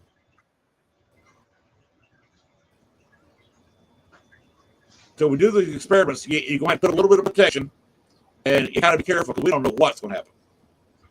Yeah. Well, Kim, according to what you're asking me, to the best of my recollection, and again, I would have to refer back to that digital interview that I did before we started our experimentation. To the best of my recollection, I believe the woman said it sounded like the guy's voice and not something that was like alien type or electronic or something like stuff that comes through the obelisk that sounds like this. It's nothing like that. It sounded like the guy's voice, what she was saying. It was almost like she said that it sounded like he was just talking to her on the phone, that his voice just came through the phone. And again, I'd have to refer back to exactly what was said. I mean, there was some words, put it this way, there were some words that came through, and there were enough of the words said that she was able to identify it as her deceased boyfriend. And when she realized where she was at, that sent chills up her spine. But something too similar to what you were just talking about. I mean, we have had very similar things come through on the video obelisk. As you know, it's one of the very early obelisks where it doesn't have a phonetic mode; it only has a dictionary mode. And we were in the Booth House in Harpers Ferry, West Virginia, and we had a series of words come through, and they were like one after another, because in dictionary mode it can't say like hello, how are you, and that's only you can only get that in phonetic mode. So if it had to say that, it would say hello, how are you. It'd have to say one word after another. So we were sitting there in one room, and it said entrance, foyer, fire, foyer, entrance, fire, foyer. And the weird part about this is we were told by the guy that took us through is that there was a fire in the entrance to the building in the foyer.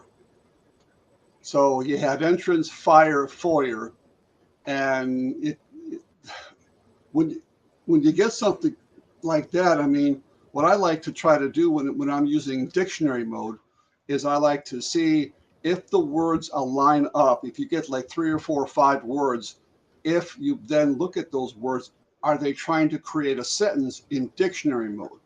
In this way, it was trying to say at the entrance, there was a fire in the foyer.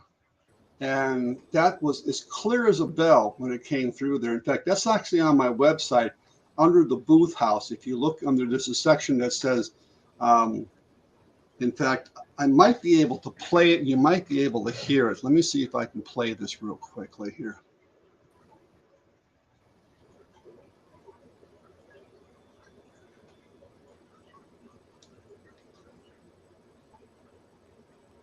Oh, you can't. I can't play it right now because I forgot. All my sounds go through my hearing aids, so I'd have to disconnect my hearing aids from the thing. But if you go to my website under the Booth House and you look for that fire foyer, you'll see us standing around. It was shot under a full spectrum camera because everything looks kind of pinkish. And you see one woman holding the video obelisk in her hand, and you hear those 3 words come out. And then the woman later says, was there a fire in the foyer? And she's kind of like questioning it, like she's asking the spirit box, the ghost, the obelisk, to like say to confirm it. Was there a fire in the foyer? Of course, nothing more came out that was relevant, just some random words. But those 3 words together, and I've had that happen before many times. Without being in a phonetic mode. I've had a lot of stuff come through phonetic modes that says get out of here very clearly and stuff like that. But in dictionary mode, it's very strange to try to get 2 or 3 or 4 or 5 words that come together that make a sentence that makes sense and makes relevance to where you're at. That's the hard part about that. But yeah, I mean, we did that experiment a couple of times that night. We went over the bridge and we came back across the bridge. Of course, we didn't try coming back because the woman had only heard it going, well, she only heard it one time and it was going this direction, not coming back. So we turned back around, we went over the bridge again and started the experiment again, but nothing came through because we had a digital recorder, we had a night shot camera that was also recording, and nothing came through. But to me, that's just extremely strange. I mean, if D. Scott Rogo was alive today, I'm wondering what he would think about that, and if he would already have been collecting instances of that in his research as well, because the earlier phones, like the flip phones, they didn't really use digital technology, if I'm understanding. I think they used what they call analog technology. There was a different type of a technology back then for phones. The early phone, the giant phones that you see, they're like this big, and they put them next to your ears, and they got the antennas you pull up and all that. They're completely different type of a technology. But even on those earlier phones, I don't know if anybody ever, of course, it never came forward, but I mean, I don't know of any cases where anybody had an issue like that. It's with these new high-tech phones that are so advanced. This is a Galaxy, Samsung Galaxy S21 Slim Ultra. It's got an amazing set of cameras on it and an amazing technology. And hers was a Verizon, but I believe it was a Samsung as well. I'd have to go back and look at the notes, but I need to review that again and go over that again, because it's something that I've not come across since, except for Kim talking about her experiences. But I mean, you would think if somebody had a conversation or had heard several words from somebody who was deceased, that would have been all over the internet. That would have been on Facebook, it would have been on YouTube, it would have been on Instagram, it would have been on TikTok, it would have been on everywhere. Not that something like that would have been recorded at the same time, because how many people record their telephone conversations with their friends? See, that's where the problem comes in, because you'd have to record all your conversations all the time and then review them later and see if the voice came through. And that's just not being, scientific. It's not even being practical. No. I mean, just to hear it and say, yeah, I heard it, and I'm a reliable person, blah blah blah, and all that, and most of your friends would probably believe you. I mean, if I didn't know you, I'd be maybe a little skeptical, but I'm still open to that. I'm still open to that possibility, because I have had I know of an encounter that was extremely interesting, and unfortunately, it wasn't repeatable. If we would have done something like that, and something would have came through of the boyfriend, or just say somebody else talking over her on her phone through that network, then I would have said, well, wait a second, maybe there's something screwy going on with the network. That's what I would have probably said. But her deceased boyfriend, obviously wasn't on Verizon network. I mean, he was on phone calls from the dead, basically, is what he was from. So, yeah. Yes. Well, listen, I'm going to have to take off, my friend. I have to get up early in the morning. But, It's always a pleasure, and I thank you for allowing me to talk about the Midwest Spirit Fest here and kind of jabber your brain a little bit about this EVP thing, because EVP. My forte has always been photography. That's where my forte is photography. But I've always, I later really got heavily into this EVP because obviously it's much easier to capture an EVP than it is a spirit photograph. It just, good night, Kimberly. Thanks for that information. I appreciate that. But it's much easier to capture an EVP than it is to capture, a full-bodied apparition on video, or say like something that'll be captured at Baxter's Grove. It just doesn't happen that often. I mean, it's once in a lifetime thing, and Right. I'm just so happy that Judy was able to capture something like that, on her camera, and I was able to coax her through that, or coach her through it, I should say, in how to be careful with the film, that infrared film. When you buy it, make sure they take it out of the refrigerator. If they don't, you don't want it because the film has been damaged by heat. Make sure you take it out of your refrigerator and allow it to thaw out, or to get to room temperature for about 20 minutes before you load it in the camera. Otherwise, you'll fog the film. Make sure you load it and unload it in total darkness, not just subdued light. You can't go into like your closet because that's subdued light. That'll fog the film.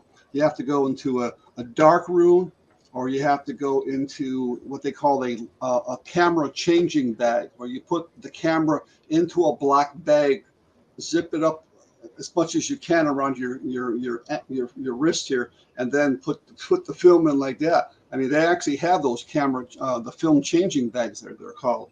And she did all that, and she did it perfectly. And I said, well, then when you get done with the film, same thing, unload it in total darkness, shoot the entire roll of film the same day, put it back in that little plastic canister that the 30 film used to come in, the little tiny plastic canister, wrap it with a bunch of tape, and then give it to the gentleman at the camera store, and tell him it's black and white, high speed infrared film, and tell him what you shot it at, because you have to tell him, because infrared film has no ASA setting, because you don't know how much infrared light's being reflected back by your subject. So I told her to shoot it at 400 ASA. Then they have to develop the film as though they're developing that film at 400 ASA, like normally film would have different film speed settings on there. First thing they always want to do when you bring in film is they want to take it out of the canister and pop it into one of their little bags. And I said, don't let them do it. It destroys the film, because those canisters that the film winds back into, that you insert in there, and you pull the film across and you start to cock it. When it winds back into that little canister, that canister is not guaranteed to be light tight. So light can go in there and then hit the film, and that's it. It's just no good. I've had that happen to some idiots that developed my infrared film that I shot at a cemetery, and I think I might have gotten some things. When I got the film back, most of the film was all blotched with just black all over it. And I said, what the hell happened here? He says, I'm not sure. I said, well, I know what happened. I said, you guys took the film out without being in a dark room. Because when you go in a dark room with infrared film, you cannot even have a red light as a safety thing, because that sends out infrared light. You got to do it in totally E6 process in total darkness. They know better. So what they said to me, oh, well, don't worry about it. We'll give you a fresh roll of film.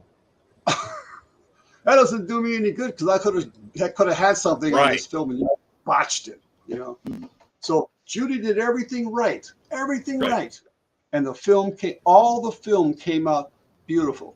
There was something else that I thought was maybe paranormal at first, but I think it was her finger had got the way of the lens, because the camera that which I found on the internet, and I got the instruction manual.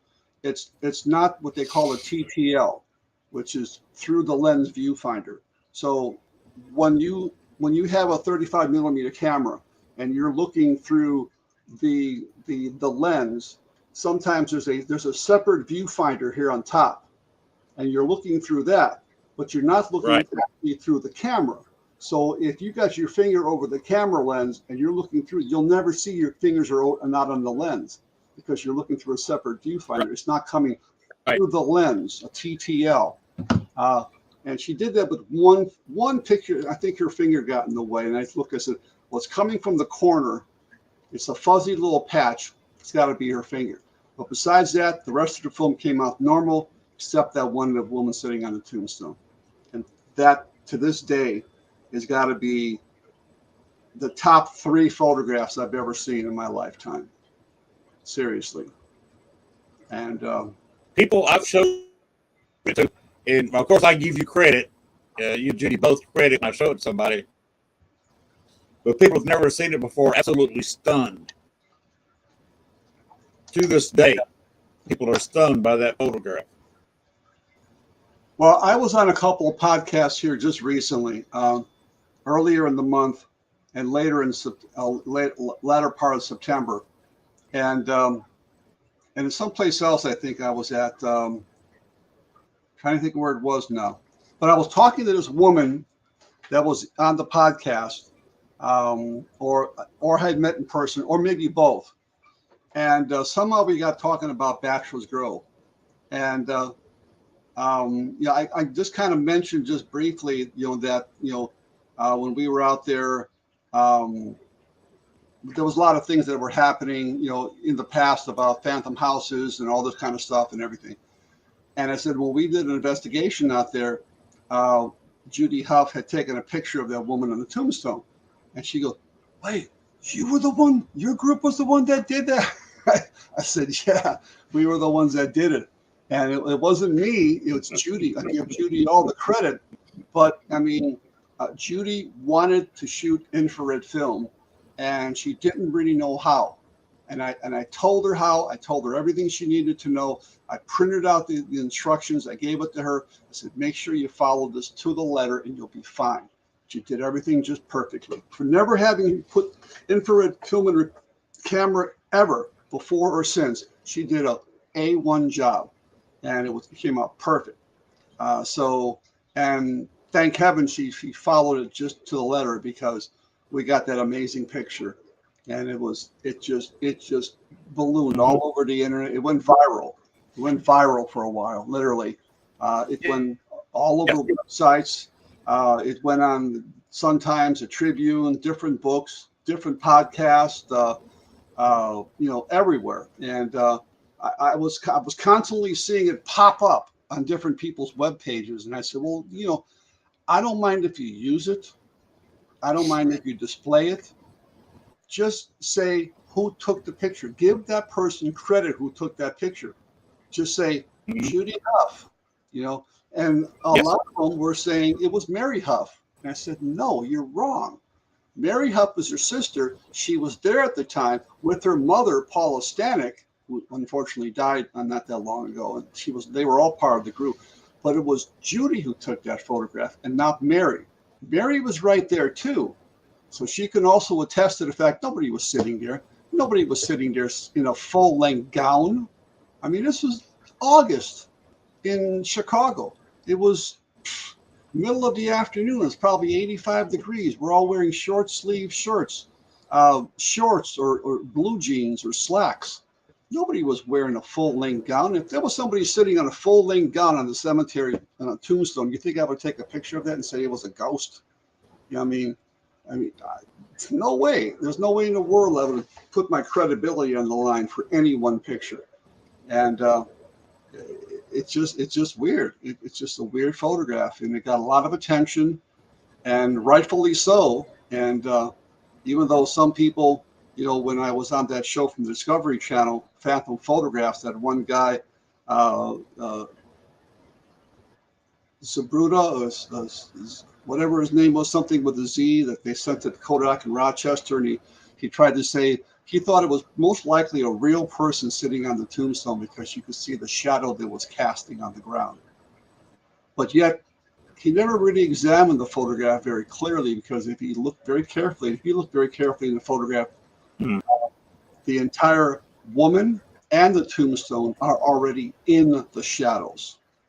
They are sitting in the shadows. They're not casting a shadow. They are sitting in the shadows. You can see right beyond that where the sunlight hitting the ground and it's bright, and where the woman and the tombstone is, they're already in the shadow. So obviously, if we're being supposedly a photographic expert, that's why I say there are no such things as experts. He obviously didn't see that. You can see the perimeter. Look where her feet are, and look at the bottom of the tombstone, and look towards the camera, towards where you are. You can see how much brighter it is. Here's a little bit. And look where the tombstone and her feet are, and you can see that pretty much she's in the shadows. She's already in the shadows. The darker areas where the shade is, the lighter areas where the sun is. And he never caught that. He just never caught that. I said, well, for being a photographic expert, and they never gave me a chance to kind of rebut his rebut. There's an even better photograph right there. Yeah, you can see where the perimeter between light and dark is, and she's not even anywhere near. So yeah. So anyway, that's what they say, and I had to live with that because unfortunately I didn't have a chance to say anything against him, because I would have said, take a close look at that. Right. You know, I mean, it's crazy. And even the full length picture, I don't know if you have that available, but the full length picture shows it even a bit better because it's not so grainy and fuzzy. No, It's 35 millimeter. Okay, so this is not. I don't have that one. I don't have that one up. Yeah, but see, you got to remember, this is 35 millimeter. This is a. If this was a digital photograph, you would have been able to blow this up nearly to infinity without it pixelating. But because, pretty much it's a 35 millimeter print, and you enlarge it, you're going to get some distortion. But I always liked her left, or is it maybe her right knee? You can almost see through it. You can almost see trees and bushes and grass through it, which means that she's not all there, literally. Now, whether or not people have said whether or not you can see trees and bushes through her head, that's what I thought maybe initially. That might be something in front of her face, but I'm not sure. But look at her face. Her face is even distorted a little bit, like she slightly moved just her head, but the rest of her body is perfect focus. So that's pretty weird. Mm-hmm. And I was talking to a woman because I did a podcast just before I came on yours at 6 o'clock called Miami Ghost Chronicles. A very nice lady. That's Libby. What's her name? Libby. I can't think of her last name. That's Amelia Humphrey and John Humphrey. That's their wedding picture. And the picture the view that I had at last kind of shows that she was wearing a steady color dress with polka dots on it. And this is why, one reason, I looked at the profile and straight on, the features are about the same, and the dress had polka dots on it. And this is how I matched it up with a picture of Amelia Humphrey, because that's a very unusual pattern, especially for a wedding dress. This is John and Amelia in 1863 on her wedding day. That's John Humphrey, right? And the hairstyle, the face, and that's John Humphrey. And the dress match up with that one version of that photograph where you get the dots on the dress. Yeah. Yeah, I agree. Is it this one? Oh, it's this one. When I throw this one back up, the kind of darker version, you can see the dots on the dress. Yeah. Yeah, of course your friend didn't buy that, right? So, yeah, that's why I say Who was that? Ed Shanahan didn't buy that or That's something? Ed Shanahan didn't buy that. In fact, he was denying the photo exists of Amelia and John. And that photo sat in a public display for years. Yeah. In the Humphrey house. I just took a picture of the picture. Yeah. Yeah. He stopped several years ago talking about that and trying to deny it because he kind of got cornered where he was trying to deny the photo exists. And he was trying to get me Could you do me to a favor? throw up so I can debunk it. Sure. I'm not sure if I have that picture.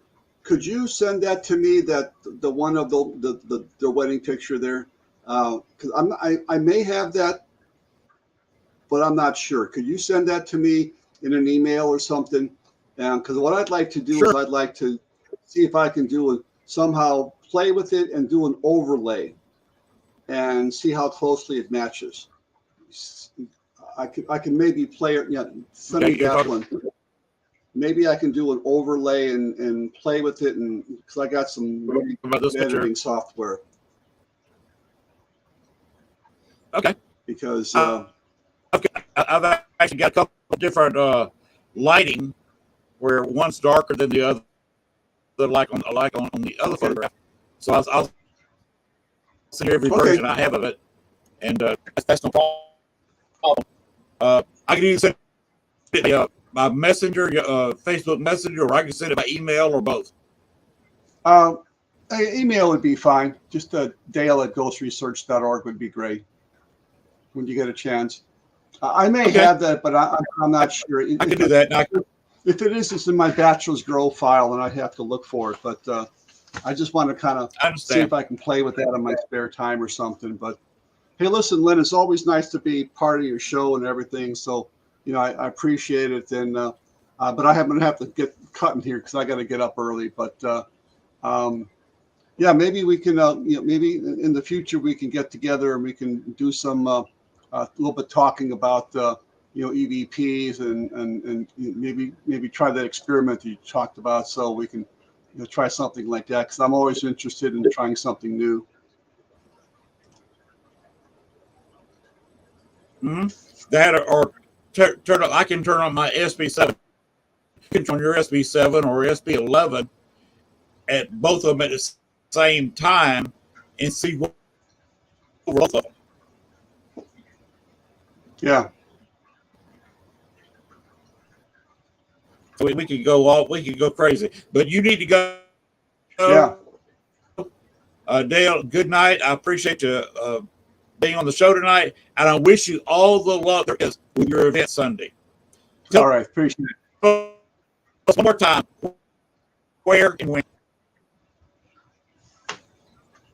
Well, it's going to be at the Midwest Spirit Fest. It's going to be at the Thornton Distillery in Thornton, Illinois, 405 East Margaret Street, Sunday, October the 8th, from about 11:30 or so until 8 o'clock. Doors will probably open about 11 o'clock. Please go to my website, ghostresearch.org, to access the Eventbrite page, or go to my Facebook timeline on Facebook, and you'll be able to see it there. I think Len is running the actual Eventbrite page, or Facebook page, I should say, and you can access it from there and get advance tickets for $10, or it's $15 at the door.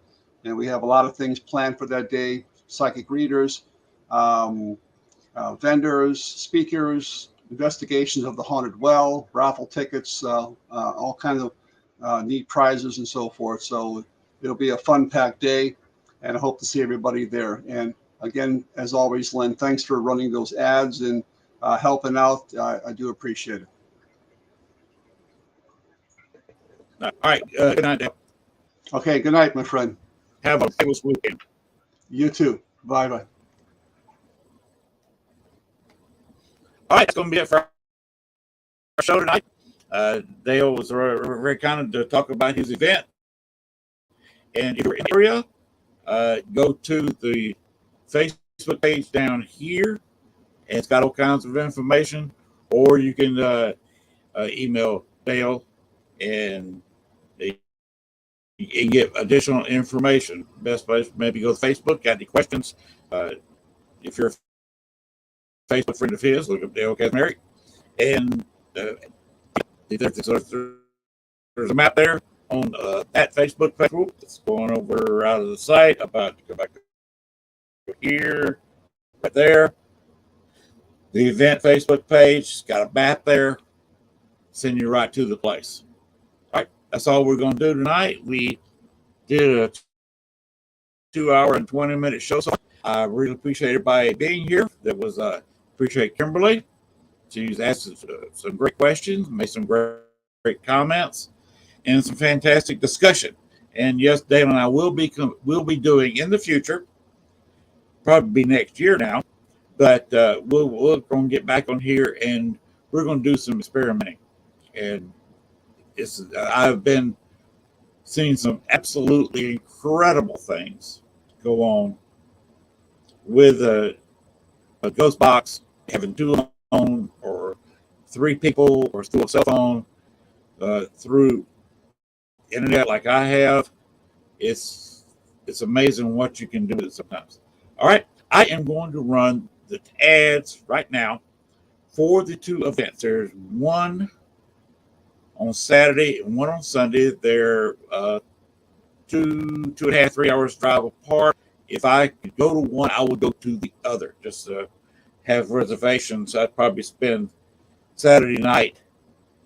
I'd love to spend Friday tomorrow night. I'd love to spend it at the first event, the Saturday Paracon, and just wake up, go there at 8 o'clock. Go ahead and leave, and maybe grab something to eat, leave, and go back to my hotel. Stay there, close to the brewery. And the next morning, get up, next to the event on Saturday night, get up.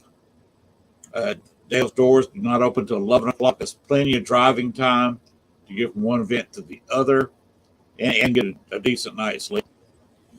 And then to hit Dale's event and have a hotel room there, go check in real quick, drop your stuff off, and go there and crash at 8 o'clock, after 8 o'clock at night. So, and then just get up next morning, go to work or home or whatever you do. You know what I mean? And I'm an idiot, so listen to anything I say. All right, good everybody. I thank everybody for that watching the show live. Watched it in rerun on YouTube and Facebook, not live. Or watch on WLFEDB.com or WLFEDB radio Facebook page. And anybody who watches it later on will be watching on all of your favorite podcast channels. So I don't know, good day, good morning, good night, but whatever time you're watching this, have a good one. And just remember, folks, the paranormal never sleeps. There's always something going on. Now I'm going to play these ads for you, and I'm out of here. Bye, everybody.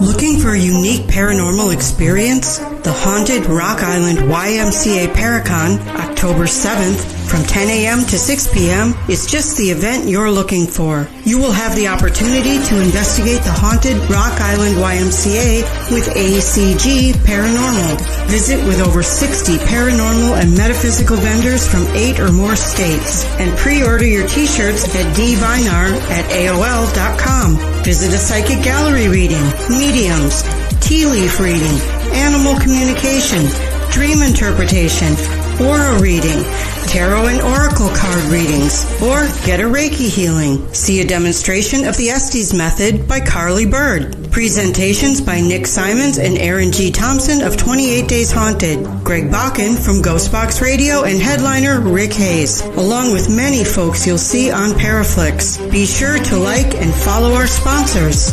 Paraflix, WLTK DB Talk Radio LLC, Studio 6 Productions, Unturned Pages, and Ocean Eye Crystals. General admission is only $5 and all proceeds go directly to the Haunted Rock Island YMCA.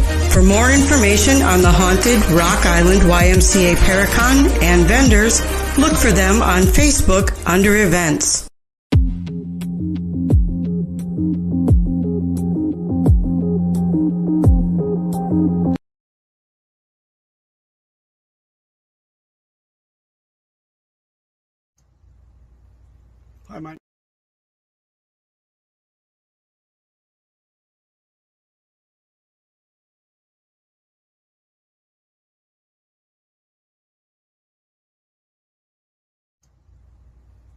Hi, my name is Dale Kaczmarek, President of the Ghost Research Society.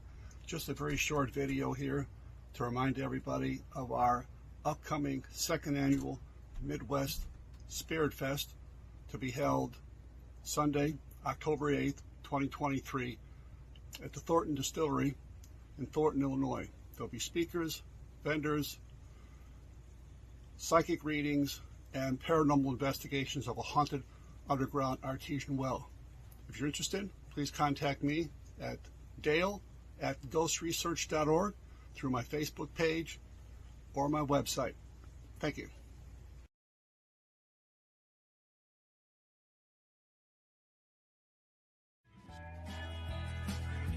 Thanks for watching our show. Be sure to tune in to next week as once again we journey way down south into Bayou Country for another heaping portion of Southern Fried Paranormal with Len Dorman and Bones. Make sure to like, share, and follow. Y'all come back now. You hear?